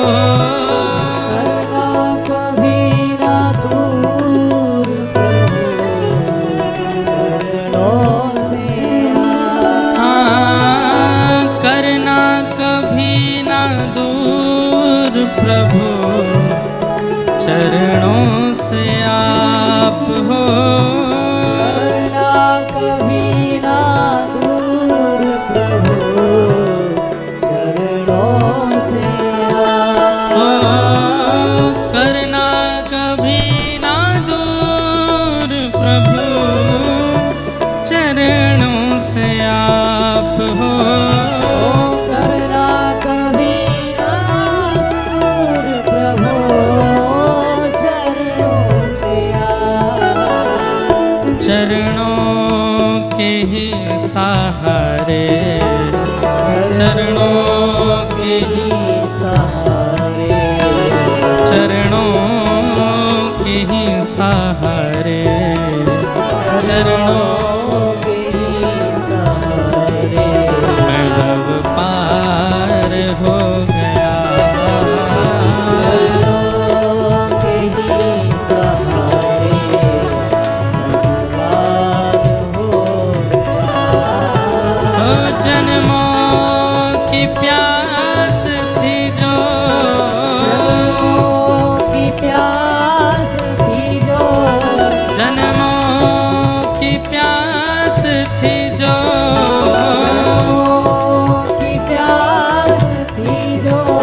संपन्न हो गया तेरी शरण में आके मैं धन्य हो गया।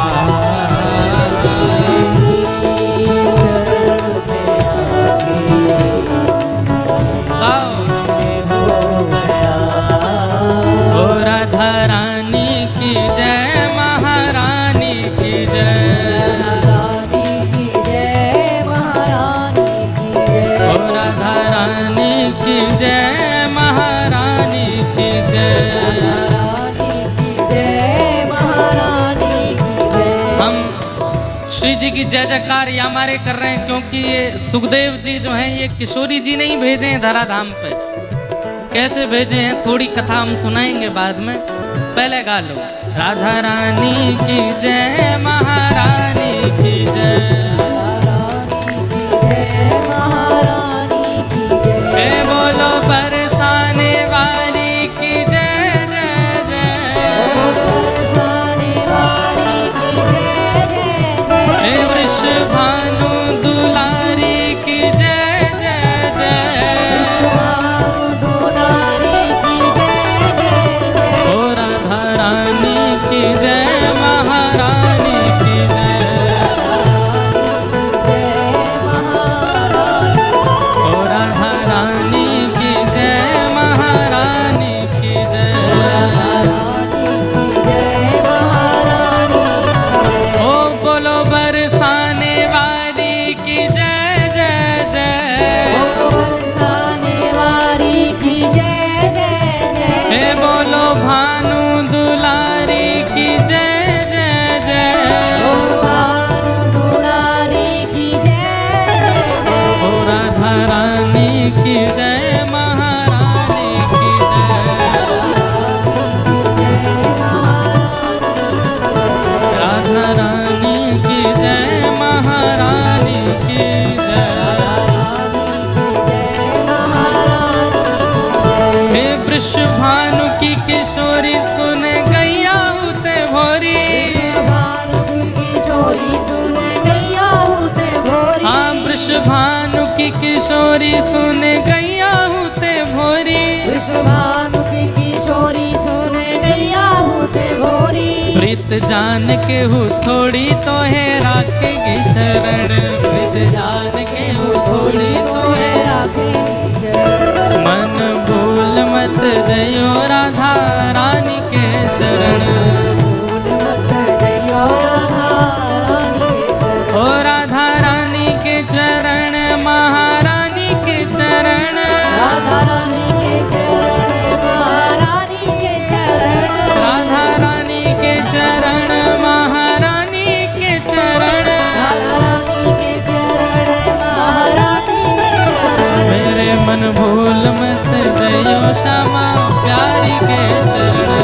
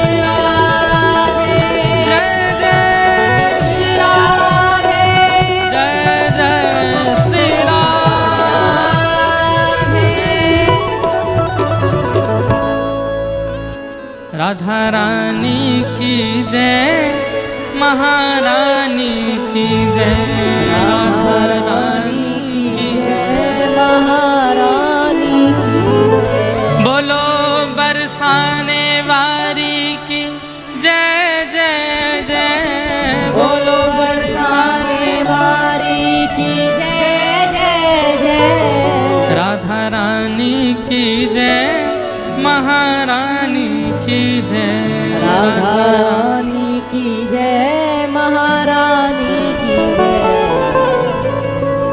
एक बार एक व्यक्ति ने कथा में प्रश्न किया, महाराज जी आप कथा में आप हो चाहे कोई भी वक्ता हो, और राधा रानी का कीर्तन विशेष रूप से क्यों कराते हैं? ठाकुर जी की कथा, ठाकुर जी के भक्तों की कथा, ठाकुर जी का कीर्तन होना चाहिए, भक्तों का कीर्तन होना चाहिए। बोले हमको भी आनंद आता है श्री जी कीर्तन, पर श्री जी का कीर्तन क्यों इतने विशेष रूप से होता है कथा में? और फिर एक और बात प्रसिद्ध है, सामान्य कीर्तन चल रहा हो, सब गा रहे होंगे, लेकिन जैसे किशोरी जी का नाम आता है सब झूमने लगेंगे, सब करताल बजाएंगे, सब बोलेंगे भाव से। तो श्री जी के कीर्तन को इतने विशेष रूप से कथा में क्यों सुनाते हैं? तो इसका उत्तर ऐसे है, एक शास्त्र में एक श्लोक है कि जब व्यक्ति रा शब्द का उच्चारण करता है ना, तुरंत ठाकुर जी जहां होते हैं उनको जैसे सुनाई देता किसी ने रा कहा है, तुरंत दौड़ करके उसके सामने आ जाते हैं। क्यों? अब धा बोलेगा, अब राधा बोलेगा। तो कथा में वैसे तो ठाकुर जी विराजमान हैं ही, लेकिन इतना भार है संसार का, सृष्टि का, कभी कहीं चले जाते होंगे बीच में कथा से, नेक डोलिया में, द्वारिका देखिया में, जगन्नाथपुरी चक्कर लगाया में क्या चल रहा है देख के आ में थोड़ा।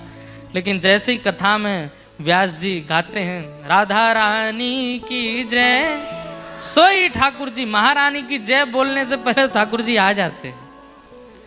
और आप सबको जो ये ऊर्जा आती है, जो ये जोश आता है, जो कीर्तन में नाचते हैं, ये इस बात का प्रतीत है ठाकुर जी आ गए, इसलिए सबको खड़ा कर देते हैं। बोले बैठे हो, किशोरी जी को नाम उच्चारण है और अब बैठे हो। पर कई लोग तब भी बैठे ही रहते हैं। ठाकुर जी कहें कोई बात ना, कछुर ने बैठे ही रहने दो। बाकी जो नृत्य करते हैं राधा नाम संकीर्तन में, ठाकुर जी उनकी भुजा पकड़ के ठाकुर जी उनके साथ नृत्य करते हैं। भैया कृष्ण नाम संकीर्तन में भक्त नृत्य करते हैं, महामंत्र संकीर्तन में भक्त नृत्य करते हैं, पर राधा नाम संकीर्तन में तो गोविंद नृत्य करते हैं, ठाकुर जी नृत्य करते हैं। इसलिए बीच बीच में कथा में कोई संकीर्तन कीर्तन हो ना हो, राधा नाम धुनी होती है और होनी चाहिए। श्री सुखदेव जी महाराज को किशोरी जी ने ही पृथ्वी पर भेजा है, क्योंकि ये सुखदेव जी किशोरी जी के ही सुख पक्षी हैं। उन्हीं को ठाकुर जी के कथा रस स्वादन गाने के लिए अब समय बहुत लग जाता है, मन में बहुत सारे प्रसंग आते हैं। सुख और सारी का एक संवाद आता है व्रज की लीला में। सुख और सारी लास्ट शायद हमने गांधी धाम में सुनाया था गुजरात में। सुख और सारी का संवाद बहुत सुंदर है, बहुत बड़ा है। उसमें बस इतना समझ लो होता क्या, थोड़ा सा बता देते हैं। सुख और सारी किशोरी जी की सभा में ये बैठते हैं।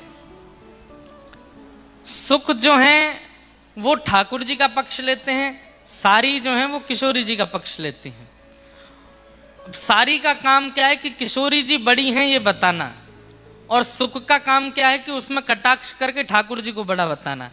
फिर ठाकुर जी को जिस बात से सुख ने बड़ा बताया उसको कटाक्ष करके सारी फिर किशोरी जी को बड़ा बताती। बहुत सुंदर चर्चा है, बहुत मधुर लीला है सुख और सारी की। उन्हीं में से एक सुख भा गया किशोरी जी को, वही सुख किशोरी जी ने कालांतर में श्री सुखदेव जी के रूप में भेजे हैं पृथ्वी पर। जाओ जाकर के हरि गुणानुवाद गा के आओ। वही सुखाचार्य जी महाराज पधारे परीक्षित को कथा सुनाने के लिए। वरीयाने शते प्रश्न कृतो लोक तम नृप आत्मविद सम्मतः पुंसां श्रोतव्यादिषु यः परः। अब हम कथा में जो जो प्रसंग हैं सबको नमन मात्र करते हुए चलेंगे। सबसे पहले सृष्टि प्रसंग सुनाया गया। भगवान किस प्रकार से सृष्टि करते हैं उसका पूरा भाव सुनाया। चतुश्लोकी भागवत का भाव सुनाया। हिरण्यकश्यप हिरण्याक्ष कैसे उत्पन्न हुए उनकी कथा सुनाई गई। तत्पश्चात पृथ्वी पर सबसे पहले मानव के रूप में स्वयंभू मनु और शत्रुपा। अब ध्यान से सुनिए, आपके क्षेत्र की कथा आने वाली है। स्वयंभू मनु और शत्रुपा, पृथ्वी के सबसे पहले मानव का नाम क्या है? स्वयंभू मनु। इनके 3 पुत्री हुई, 2 पुत्र हुए। आकुति, देवहूति, प्रसूति 3 पुत्री और 2 पुत्र प्रियव्रत और उत्तानपाद। स्वयंभू मनु की एक पुत्री है जिनका नाम है देवहूति। देवहूति महारानी का विवाह कर्दम ऋषि के साथ में हुआ। कर्दम ऋषि ने 1000 वर्ष तक तपस्या की और 1000 वर्ष तक तपस्या करके भगवान जब प्रकट हो गए, भगवान ने कहा वरदान मांगो, क्या चाहिए? तो कर्दम ऋषि ने भगवान से क्या वरदान मांगा? तथा सचाहम परिवोढुकाम, तथा सचाहम परिवोढुकाम समानशीलां गृहमेदधेनुम्। हे नाथ, मुझे आपसे केवल एक वस्तु चाहिए। क्या? उपेयवान मूलमशेष मूलम दुराशयः कामदुद्वाङ्घ्रिपश्य। हे नाथ, 1000 वर्ष की तपस्या करने से मुझे एक ही फल चाहिए आपसे। क्या? मैं आपसे जितना प्रेम करता हूं, मैं आपके चरणों में जितनी श्रद्धा रखता हूं, मैं आपके प्रति जितना समर्पित हूं, मुझसे भी ज्यादा आपसे प्रेम करने वाली एक सुंदर सी कन्या से मेरा ब्याह हो जाए, ऐसी मुझ पर कृपा कर दो। मेरी प्रीति आपको पता है कि मैं आपसे कितनी प्रीति करता हूं। मुझसे भी दुगनी प्रीति करने वाली एक कन्या मिले जिससे मैं ब्याह कर लूं, ऐसी कृपा मुझ पर करो। ऐसा वरदान आज तक किसी ने नहीं मांगा था। वरदान में लोग या तो सिद्धियां मांग लेते हैं, वरदान में लोग लोक मांग लेते हैं, परलोक मांग लेते हैं, ठाकुर जी को मांग लेते हैं, कुछ भी मांग लेते हैं। पर आज एक अद्भुत वरदान मांगा है। क्या? मुझे ऐसी पत्नी मिले जो मुझसे भी ज्यादा आपसे प्रेम करती हो, मुझसे भी ज्यादा आपकी भक्ति करती हो, आपकी सेवा करती हो। ऐसी पत्नी से मेरा ब्याह हो जाए। ठाकुर जी इतने प्रसन्न हो गए, इतने प्रसन्न हो गए कि ठाकुर जी के प्रेमाश्रु छलक पड़े और वही प्रेमाश्रु कर्दम ऋषि की इच्छा से बिंदु सरोवर बन गए, जो आपके बगल के गांव में विराजमान है, जिसे सिद्धपुर कहते हैं। यहीं प्रकट हुए थे भगवान और यहीं तप किया था। किन्होंने? कर्दम ऋषि ने। अब पता नहीं ये कथा वहां सुनाते हैं कि नहीं, जब कोई जाते हैं तो वहां के लोग सुनाते तो होंगे कथा। कल हम जाएंगे बिंदु सरोवर दर्शन करने। कल बहुत भीड़ भाड़ होने वाली है, पूर्णिमा है, पर जाएंगे, देख के आए एक बार कैसा है, अद्भुत है। तो भगवान के प्रेमाश्रु छलक पड़े और वही बिंदु सरोवर बन गए। ठाकुर जी इतने प्रसन्न हो गए कर्दम ऋषि से, वाह ऋषि तुमने बहुत बढ़िया मांगा है। क्या मांगा है? पत्नी मांगी, लेकिन पत्नी भी कैसी मांगी? बोले मेरी परम भक्त पत्नी मांगी। बंधुओं देखो, चाहते तो वैकुंठ मांग लेते, ठाकुर जी को मांग लेते, लेकिन संसार में हर व्यक्ति को कोई ना कोई कामना रहती है। ठाकुर जी से वो मांगता है, ऐसे मांगे। पुत्र ना मांगे, भक्त पुत्र मांगे। पुत्री ना मांगे, भक्त पुत्री मांगे। पत्नी ना मांगे, भक्त पत्नी मांगे। पति ना मांगे, भक्त पति मांगे। भक्त शब्द को जोड़े आके। सोमवार के व्रत करती हैं माताएं कि हमारा ब्याह हो जाए सुंदर से वर से। और सुंदर वर तो मिल जाता है लेकिन पीने खाने वाले मिल जाते हैं। क्यों? भक्त वर नहीं लगाया, भक्त प्रवर से हो जाए। अच्छा एक बात बोलूं आपको, विवाद बन जाएगा लेकिन नहीं बोलूं। सुंदर वर, कई बार सुंदर नहीं बोला जाता, केवल सु बोल दिया जाता है। तो फिर वैसे ही प्राप्त हो जाते हैं, खाने पीने उल्टे सीधे काम करने वाले। सुंदर वर मत मांगो, सुवर मत मांगो, भक्त वर मांगो। क्या मांगो? भक्त वर। सोमवार के व्रत कीजिए, मंगलवार के व्रत कीजिए, बृहस्पतिवार के व्रत कीजिए। ठाकुर जी से कहिए कि भक्त वर मिले। सुंदर वर तो बहुत लोगों को मिले पड़े हैं, भक्त वर मिले। या सु कन्या ना मिले, भक्त कन्या मिले। पुत्र ना मिले, भक्त पुत्र मिले। भक्त शब्द जोड़ करके चलेंगे, आप आनंदित रहेंगे, वो आपको कष्ट देने वाला नहीं होगा। परम भक्ति हो। वही मांगा कर्दम ऋषि ने कि भक्त पत्नी मिले। भगवान बोले ऐसा वरदान किसी ने मांगा ही नहीं। 1000 वर्ष की तपस्या तुमने इसलिए की कि तुमको एक सुंदर भक्त कन्या से ब्याह करना है। ठाकुर जी प्रसन्न हो गए, नेत्रों से अश्रुपात होने लगा, वही बिंदु सरोवर बन गया। भगवान बोले कर्दम ऋषि मैं इतना प्रसन्न हूं तुम्हारे वरदान से कि एक वरदान तुम्हारी इच्छा का दूंगा और एक वरदान अपनी इच्छा से दूंगा। क्या? परसों पृथ्वी के प्रथम मानव स्वयंभू मनु की एक बेटी है देवहूति, उनसे तुम्हारा विवाह होगा। वो तुमसे भी बड़ी भक्त है मेरी, वही तुम्हारे लिए श्रेष्ठ है, उनसे तुम्हारा ब्याह होगा। ये तो था तुम्हारे वरदान की पूर्ति। अब मैं अपनी तरफ से देता हूं कि ऐसी भक्त पत्नी और ऐसे भक्त पति जब माता पिता बनेंगे तो इनके संतान बन के कोई और नहीं, मैं ही आऊंगा, मैं तुम्हारा पुत्र बन करके आऊंगा। ये तुमने नहीं मांगा है, ये मैं दे रहा हूं, मेरी इच्छा है।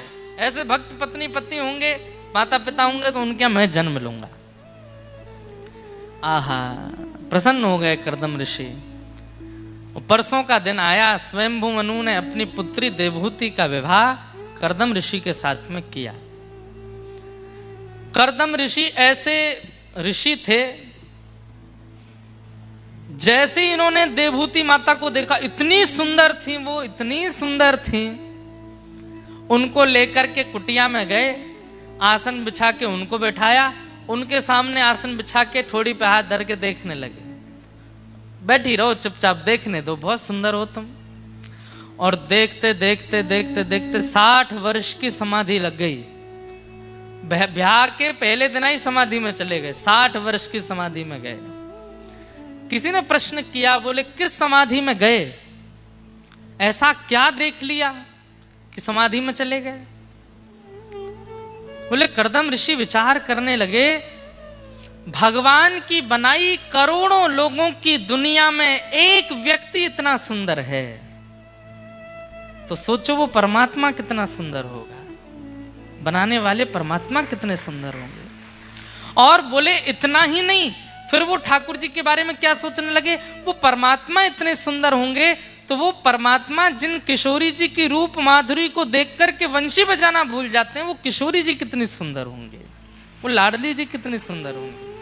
अरे उस परमात्मा की सुंदरता की सिंधु की एक बिंदु इतनी सुंदर बैठी है मेरे सामने। वो सिंधु, उस सिंधु का अधिपति परमात्मा, और उस परमात्मा को भी सदा अपने हृदय पर बांध कर रखने वाली वो किशोरी जी कितनी सुंदर होंगे। समाधिस्थ हो गए। 60 वर्ष बाद जब समाधि खुली तो देवहूति माता तो वयोवृद्ध हो गई थी, दांत वांत सब टूट टाट गए उनके, झुर्रियां पड़ गई मुखमंडल पे, बाल सबरे पक गए, 60 वर्ष निकल गए।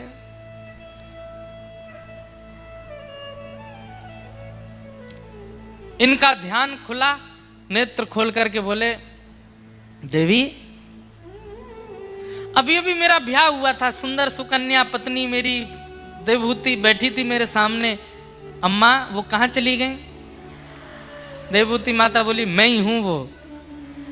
अरे ये तुम कैसी हो गई? अब आप ब्याह करते ही समाधि में चले गए, 60 वर्ष बाद आपकी समाधि टूटी है। करदम ऋषि बोले 60 वर्ष हो गए मुझे? बोले हाँ। 60 वर्ष बाद करदम ऋषि ने जब नजर घुमा के देखा तो यथावत ऐसी की तैसी उनकी, बिल्कुल वैसी की वैसी उनकी यज्ञ कुंडी, वैसी की वैसे उनके ठाकुर जी की सेवा, वैसे की वैसा आसन, वैसा ही पूरी कुटिया। मतलब 60 वर्षों तक देवभूति सब संभालती रही। देवभूति माता से बड़े प्रसन्न हो गए करदम ऋषि। वरदान मांगो, क्या चाहिए? तुमने अपना पूरी युवावस्था मेरी सेवा में निकाल दी, मैं वरदान मांगो, क्या चाहिए? क्या मांगू? अब वयोवृद्ध शरीर हो गया, अब क्या मांगू? एक ही इच्छा है, प्रेम से प्राण निकले ठाकुर जी के दर्शन करते हुए, यही चाहिए बस। नहीं नहीं देवी, तुमने पूरा जीवन व्यतीत किया, कुछ मांगो। अब कुछ इच्छा नहीं है नाथ, वयोवृद्ध हो गई हूं मैं। हाथ पकड़ो मेरा। हाथ पकड़ कर लेकर बोले ये क्या है? ये बिंदु सरोवर, इसमें स्नान करो, ये ठाकुर जी के अश्रु बिंदु से प्रकट हुआ है। जैसे ही देवभूति माता ने स्नान किया, स्नान करके बाहर आई, पुनः वैसा ही स्वरूप हो गया जैसा 60 वर्ष पूर्व था, जैसा ब्याह के समय था। देवी अब कोई इच्छा हो तो बताओ। ऐसी कोई संसारी इच्छा नहीं। तभी करदम ऋषि बोलो अरे भगवान ने मुझे वचन दिया था कि वो मेरे यहां संतान के रूप में प्रकट होंगे। देवी अब ठाकुर जी के आगमन की व्यवस्था करो, पूरी कुटिया सजाओ, ठाकुर जी पधारेंगे। करदम ऋषि और देवभूति माता के पहले 9 कन्याएं हुई। कहते हैं यही नवदा भक्ति है। श्रवणम कीर्तनम विष्णु, स्मरणम पाद सेवनम, अर्चनम वंदनम, दास्यम सख्य आत्मनिवेदनम। ये भगवान की नवदा भक्ति ने पहले जन्म लिया और 10वीं संतान के रूप में साक्षात भगवान कपिल मुनि पधारे हैं। बोलो कपिल भगवान की जय। देवभूति माता ने जैसे ही जन्म दिया, अंदर से ही इतनी आनंदित हो गई, पूरा वातावरण सुगंधित हो गया, आकाश में देवी देवता प्रकट हो गए, सूर्य चंद्र एक साथ आकाश में आकर के ठाकुर जी का दर्शन कर रहे हैं। करदम ऋषि और देवभूति माता के यहाँ कपिल भगवान प्रकटे। करदम ऋषि ने प्रणाम किया। भगवान देखते देखते थोड़े से बड़े हो गए, नन्हे बालक जैसे चलने फिरने लायक हो गए। भगवान का यज्ञोपवीत संस्कार आदि सब हो गया। करदम ऋषि ने चरणों में प्रणाम किया, भगवान मुझे आज्ञा करो। बोले आप वन में जाके भजन करो।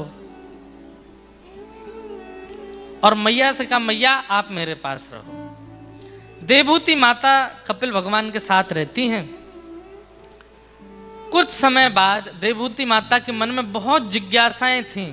एक दिन अपने पुत्र को प्रणाम करके चरणों में बैठी और अपने तन की जिज्ञासाएं पूछने लगी। जिज्ञासा पूछते हुए कहने लगी आप परमात्मा हो, मेरे संशयों का समाधान कीजिए। क्या संशय है मैया? निर्वेणा नितराम भूमन असद इंद्रिय तर्षणात् येन संभाव्यमानेन प्रपन्नांधम तम प्रभो। अपनी इंद्रियों की इच्छा पूरी करते करते हम वृद्ध हो जाते हैं, लेकिन हमारी इच्छा पूरी नहीं होती नाथ। क्यों?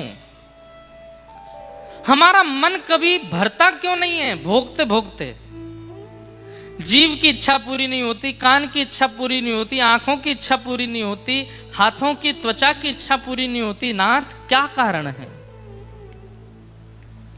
मैं असद इंद्रियों की इच्छा पूरी करते करते हार चुकी हूं, मेरा मन नहीं भर रहा है। ऐसा कोई उपाय बताइए जिससे मेरी इच्छाएं समाप्त हो जाएं। बहुत बड़ी बात है बंधु, विस्तार से समझने योग्य बात है। हम सबकी इच्छाएं कभी समाप्त नहीं होती।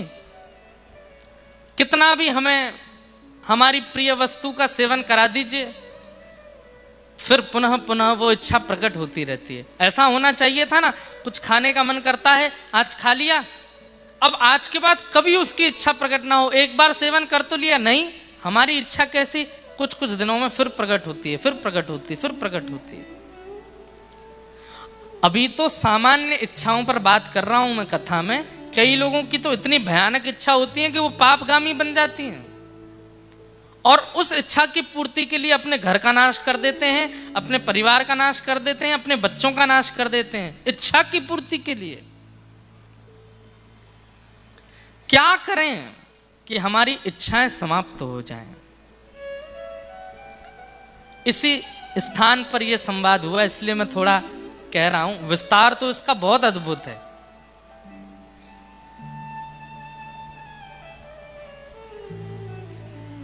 कपिल भगवान कहते हैं, मैया योग आध्यात्मिक पुंसां मतो निःश्रेयसाय मे अत्यंतो परतीर्यत्र दुखस्य च सुखस्य च। वृंदावन में एक मौनी बाबा थे, सुनो। उन्होंने 12 वर्ष का मौन धारण किया। कितने वर्ष का? मतलब बोलना जानते थे पर जबरदस्ती मौन हुए कि मैं व्रत करता हूं, आज के बाद मौन रहूंगा। 8 वर्ष निकल चुके, कुछ बोला नहीं, एक शब्द नहीं बोले थे। अब बाबा ने मौन व्रत धारण किया तो आसपास के साधु उनको छेड़ते थे कि ये कुछ बोलें, कुछ बोलें। हम लोगों में मजाक होता है, ऐसे संत महात्मा भी आपस में एक दूसरे से खेल लेते हैं। एक बार एक पंगत में वो बाबा बैठे थे, भोजन की पंगत हो रही थी। बाबा को रसगुल्ला बहुत बढ़िया लगते थे। तो बाबा के आसपास रहने वालों ने रसगुल्ला बांटने वाले से कहा, सुनो, सबको देना, उनको मत देना, मौनी बाबा को। और मौनी बाबा को रसगुल्ला ही पसंद था। पूड़ी आ रही है, कचौड़ी आ रही है, सब्जी आ रही है, खीर आ रही है, वो और किसी पर ध्यान नहीं देते थे, वो यही ढूंढते थे रसगुल्ला आ रहे हैं। पर रसगुल्ला वाले को पहले ही पढ़ा दिया, उनको रसगुल्ला मत देना। और सुन, मांग पाएंगे नहीं क्योंकि मौन रहते हैं। रसगुल्ला प्रसाद, रसगुल्ला प्रसाद ऐसे परोसते हैं हमारे वृंदावन में। रसगुल्ला प्रसाद, रसगुल्ला प्रसाद, पूड़ी प्रसाद, पूड़ी प्रसाद, साग प्रसाद, साग प्रसाद।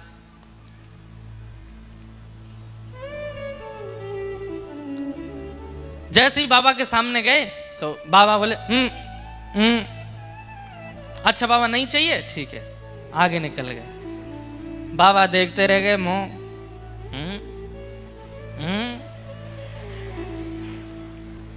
अब जो छेड़ रहे थे महात्मा वो दूर से हंसे। अब आएगा आनंद, आज रसगुल्ला ही नहीं मिलेंगे बाबा। अब वो रसगुल्ला वाला पूरी पंगत में डोले आया, फिर से बांटने दो 3 बार घूमते हैं ना, फिर दोबारा आया रसगुल्ला प्रसाद, रसगुल्ला प्रसाद। सब कहें धर दो, सबके धर दे। बाबा के सामने जैसे ही पहुंचा, अभी तक कुछ खाया नहीं उन्होंने, रसगुल्ला प्रसाद अच्छा नहीं चाहिए, ठीक है, फिर आगे निकल गए। बाबा तो फिर देखे अब तो बाबा कमर कस के बैठे, बोले अब क्या? तो फिर से आया रसगुल्ला प्रसाद, रसगुल्ला प्रसाद। जैसे ही बाबा के सामने पहुंचा तो बाबा ने हाथ ही पकड़ा, मौन है। अरे बाबा नहीं दे रहा, हाथ तो छोड़ो, नहीं दूंगा आपको। और जैसे हाथ छुड़ा के निकले तो बाबा बोल पड़े, इधर दे रहा है, उधर दे रहा है, इधर क्यों नहीं देता है? सोई महात्मा बोले, अरे बाबा मौन। बाबा ने सिर पकड़ा, राम राम राम। दुनिया की बड़ी से बड़ी वस्तु मेरा मौन नहीं तोड़वा पाई, धिक्कार है रसगुल्ला को, इसने मौन तोड़वा दिया। बोले आज के बाद मौन तो मेरा 8 साल में ही टूट गया, पर मैं व्रत लेता हूं, अपने अंतिम श्वास तक रसगुल्ला नहीं खाऊंगा, इसने मेरा मौन तोड़वाया। तो भाई इन इंद्रियों का कभी भरोसा मत करना। ये आंख, नाक, जीव, कान, ये चिपके हुए हमारे ऊपर हैं, पर ये हमारा ही सब बेड़ा गर्क कराने आए हैं। और सबसे खतरनाक तो ये लूली बाई है, एक भी हड्डी नहीं है इसके अंदर, सबसे खतरनाक है ये। इसने पूरे गुजरात में नए नए व्यंजन प्रकट कर दिए। एक बेसन की 100 प्रकार की सामग्री गुजरात में बन जाती है, एक बेसन की। किसके लिए? केवल लूली बाई को खुश रखने के लिए, इसको प्रसन्न रखना बस। आज हमने भी खाए थे फाफड़ा सुबह। कैसे कैसे बात। अच्छा, फिर उसके बगल में एक चीज और रखी थी बेसन की। मैंने कि ये क्या है? खा के देखा, स्वाद एक जैसा पर नाम अलग था, गाठिया। मैंने कहा वाह भाई, लूली बाई के जलवे हैं। इसके वजह से पूरी दुनिया ही ये चला रही है जीव। अगर इसकी इच्छा ना हो, इसकी इच्छाएं समाप्त हो जाएं, तो पूरी दुनिया सब भक्त बन जाएंगे, सब भजन करने लगे, सब साधु हो जाएंगे। इसी की वजह से ही पूरी दुनिया चल रही है। बड़ी बड़ी फैक्ट्रियां क्यों चल रही हैं? इसको खुश रखना है। बड़े बड़े व्यापार क्यों चल रहे हैं? इसको खुश रखना है। हम जहां रुके हैं कल्पेश कॉरपोरेशन, वहां पे आपके ऊंझा में तो जीरा प्रसिद्ध है, ये सब गोल वहां बनता है। तो हमें बता रहे थे, बोले कि महाराज जी ये विदेश के लोग ज्यादा खाते हैं। क्यों? क्योंकि वहां के लोग मांसाहारी ज्यादा होते हैं, भोजन पचता नहीं, तो ये सब गोल खाते हैं ताकि सब निकले, ताकि और खा सकें।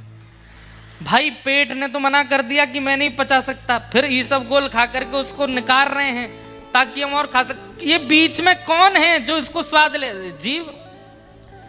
रसगुल्ला डिब्बे में अच्छा लगता है, डिब्बे के बाद जीभ पे अच्छा लगता है, यहां से नीचे कोई स्वाद नहीं पता चलता उसका।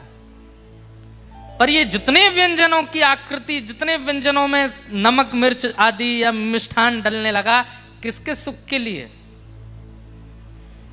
लूली बाई।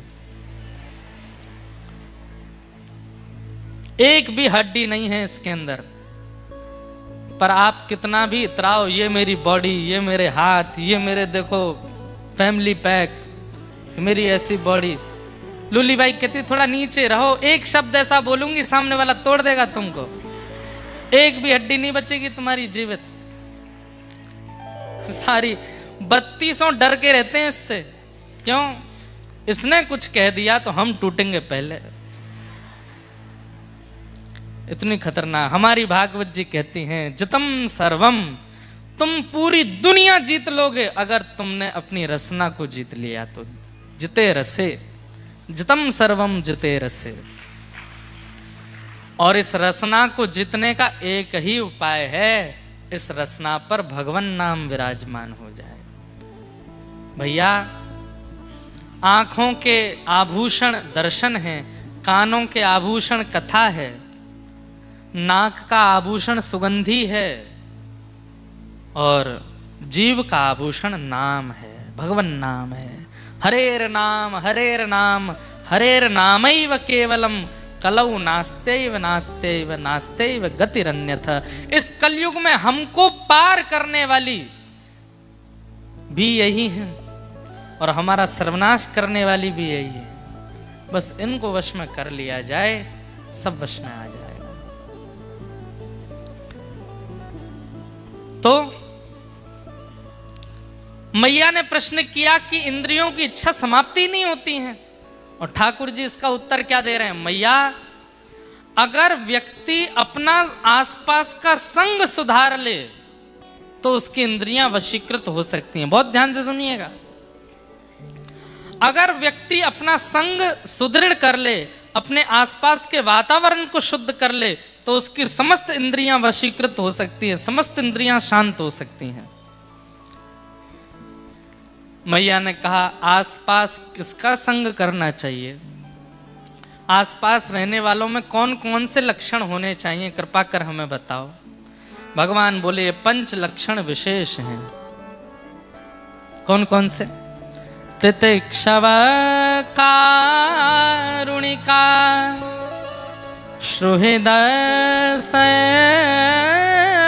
विदेहिनाम अजात शत्रवः शांता साधव साधुभूषणा। इसीलिए इसको सिद्धपुर, यहां पर इतना अद्भुत ज्ञान दिया है भगवान कपिल ने देवहूति माता को। भगवान कहते हैं, मैया, सबसे पहला सहनशील। आसपास रहने वाला व्यक्ति सहनशील होना चाहिए, सहन स्वभाव का होना चाहिए। दूसरा, कारुणिका, उसके अंदर करुणा होनी चाहिए। करुणा मतलब दया। तीसरा, सुहृदः सर्वदेही नाम, अपना भला चाहने वाला नहीं, सबका भला चाहने वाला होना चाहिए। चौथा, अजात शत्रवः, उसका कोई शत्रु नहीं होना चाहिए, उसकी किसी से शत्रुता नहीं होनी चाहिए। और अंतिम लक्षण मैया शांता, कम बोलने वाला होना चाहिए।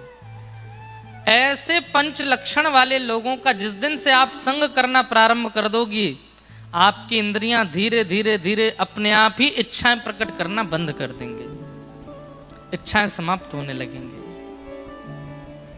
इन 5 लक्षणों से युक्त लोगों को समीप रखो मां। बंधुओं, इन 5 लक्षणों से युक्त व्यक्ति आपको कभी नहीं मिलेगा। क्यों?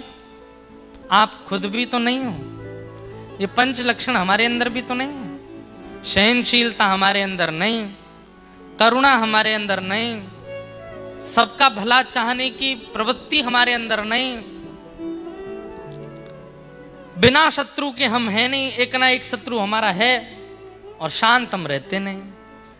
हम लोगों में ही अगर ये 5 में से एक लक्षण भी आ गया तो हमें संग की आवश्यकता नहीं, हम स्वयं ही अपनी इंद्रियों को अपने वशीकृत कर सकते हैं। इसका हमने एक कथा करते करते एक मन में विचार आया कि 5 लक्षण आ कैसे सकते हैं जीवन में। तो सबसे पहला बताया सहनशीलता, दूसरा बताया दया, तीसरा बताया सबका भला चाहना, चौथा बताया किसी से शत्रुता ना मानना, और 5वां बताया शांत रहना। कथा कहते कहते एक भाव मन में आया, यदि 5वां लक्षण सबसे पहले हम अपने अंदर लाएंगे तो बाकी के 4 अपने आप आ जाएंगे। क्या? शांत रहना शुरू करो, कम बोलो।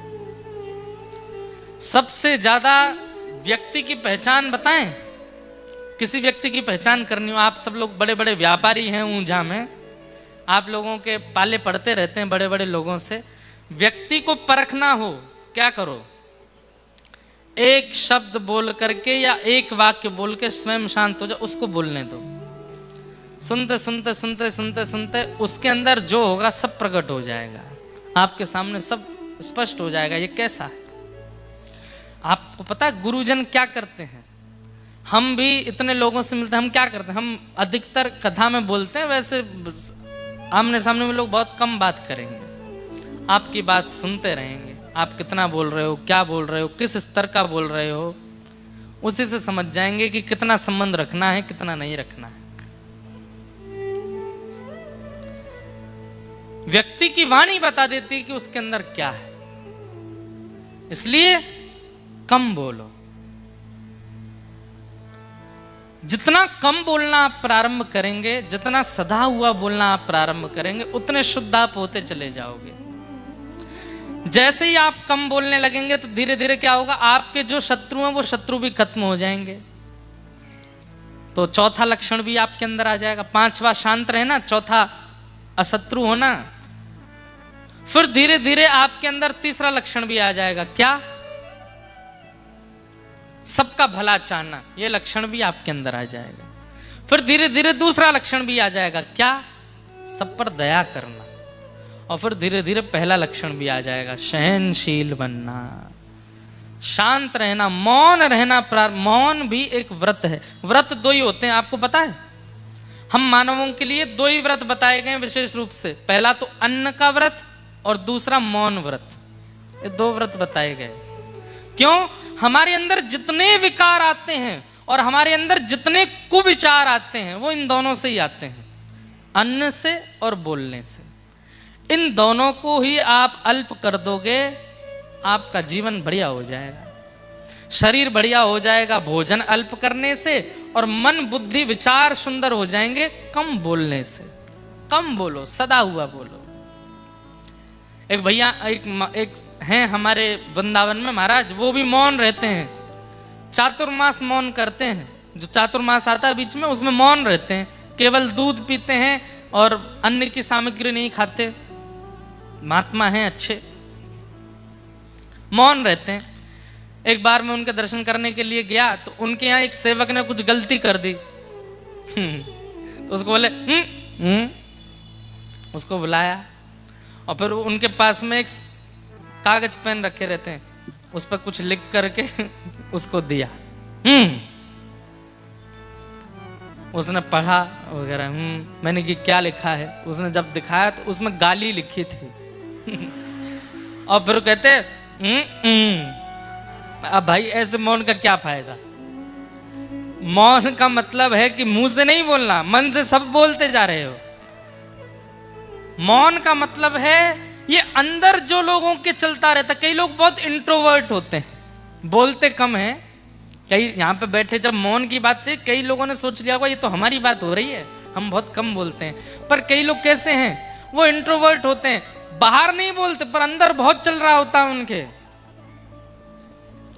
चुपचाप बैठे रहेंगे, ऐसे देखते रहेंगे, पर मन मन में सोचते रहे अच्छा हमें सब पता है तू कैसा है, ज्यादा बात मत बनावे तू ऐसा।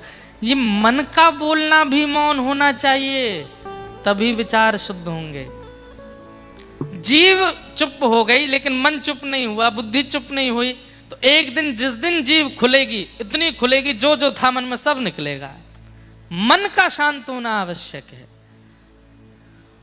और जिस दिन वो मौन प्रारंभ हो गया, उस दिन वह मौन की यात्रा आपको सहनशीलता तक ले जाएगी।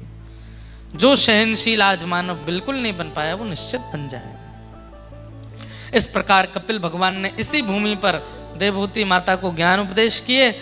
अंत में उनका ज्ञान उपदेश श्रवण करने के बाद देवहूति माता परम ज्ञान प्राप्त करके सिद्धदा नाम की नदी बन करके बहने लगी। और एक दिन वही नदी अन्य नदियों में मिलकर के समुद्र में जाकर के विलीन। आज भी सिद्धदा नदी है यहाँ पर विराजमान, एक है ना नदी, सिद्धपुर के आगे एक नदी है, संभवतः वो देवहूति माता ही है। ज्ञान अर्जन करने के बाद वो नदी बन करके बहने लगी और कपिल भगवान गंगा सागर में जाकर के विराजमान हो गए और वहां जाकर के तप करने लगे। बोलो कपिल भगवान की। आगे बंधुओं, अब सब प्रसंगों को हम प्रणाम मात्र करते हैं। श्री ध्रुव जी महाराज का चरित्र भगवान ने आकर के ध्रुव जी पर कृपा की। तत्पश्चात ध्रुव जी के वंश के चरित्र सुनाए गए और इसी वंश में राजा भरत हुए। भरत जी वही अपने तृतीय जन्म में जर भरत बने। भूगोल खगोल का वर्णन किया गया और सब प्रसंग यहाँ पर सुनाए गए। ऋषभदेव भगवान के 100 पुत्र, उन्हीं में से प्रथम भरत थे। उनके ज्ञानोपदेश की चर्चा सुनाई गई। नरकों का वर्णन किया गया, अजामिलोपाख्यान सुनाया। अजामिलोपाख्यान के उपरांत भगवान के परम भक्त श्री वृत्रासुर भक्त वृत्त की कथा सुनाई गई।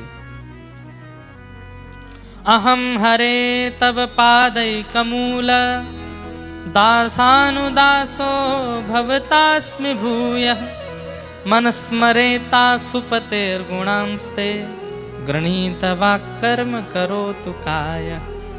भक्त व्रत की 4 श्लोकों में स्तुति, उसको श्रवण कराया गया। प्रहलाद जी का चरित्र बताया, जिन प्रहलाद जी के लिए भगवान नृसिंह बनकर के प्रकट हो गए और प्रहलाद जी पर अति अनुग्रह किया। तत्पश्चात देवासुर संग्राम और देवासुर संग्राम के उपरांत बलि बामन अवतार की कथा और गजेंद्र मोक्ष की कथा श्रवण कराते हुए गंगा जी के अवतरण की कथा, सूर्यवंश के राजाओं का प्रसंग और सूर्यवंश में ही प्रकट हुए प्रभु श्री राम। गुरुवर थे त्यक्त राज्यो व्यचर धनुवनम पद्म पद्भ्याम प्रियाया पाणिस्पर्शा क्षमाभ्याम रजत पथरुजो यो हरीन्द्रानुजाभ्याम वैरूप्या शूर्पणख्या प्रिय विरहरुषरोपित ब्रूबिजम्भ त्रस्ताब्धिर्बद्ध सेतु खलदवदहन कौशलेन्द्रोवतान्। राजा रामचंद्र भगवान की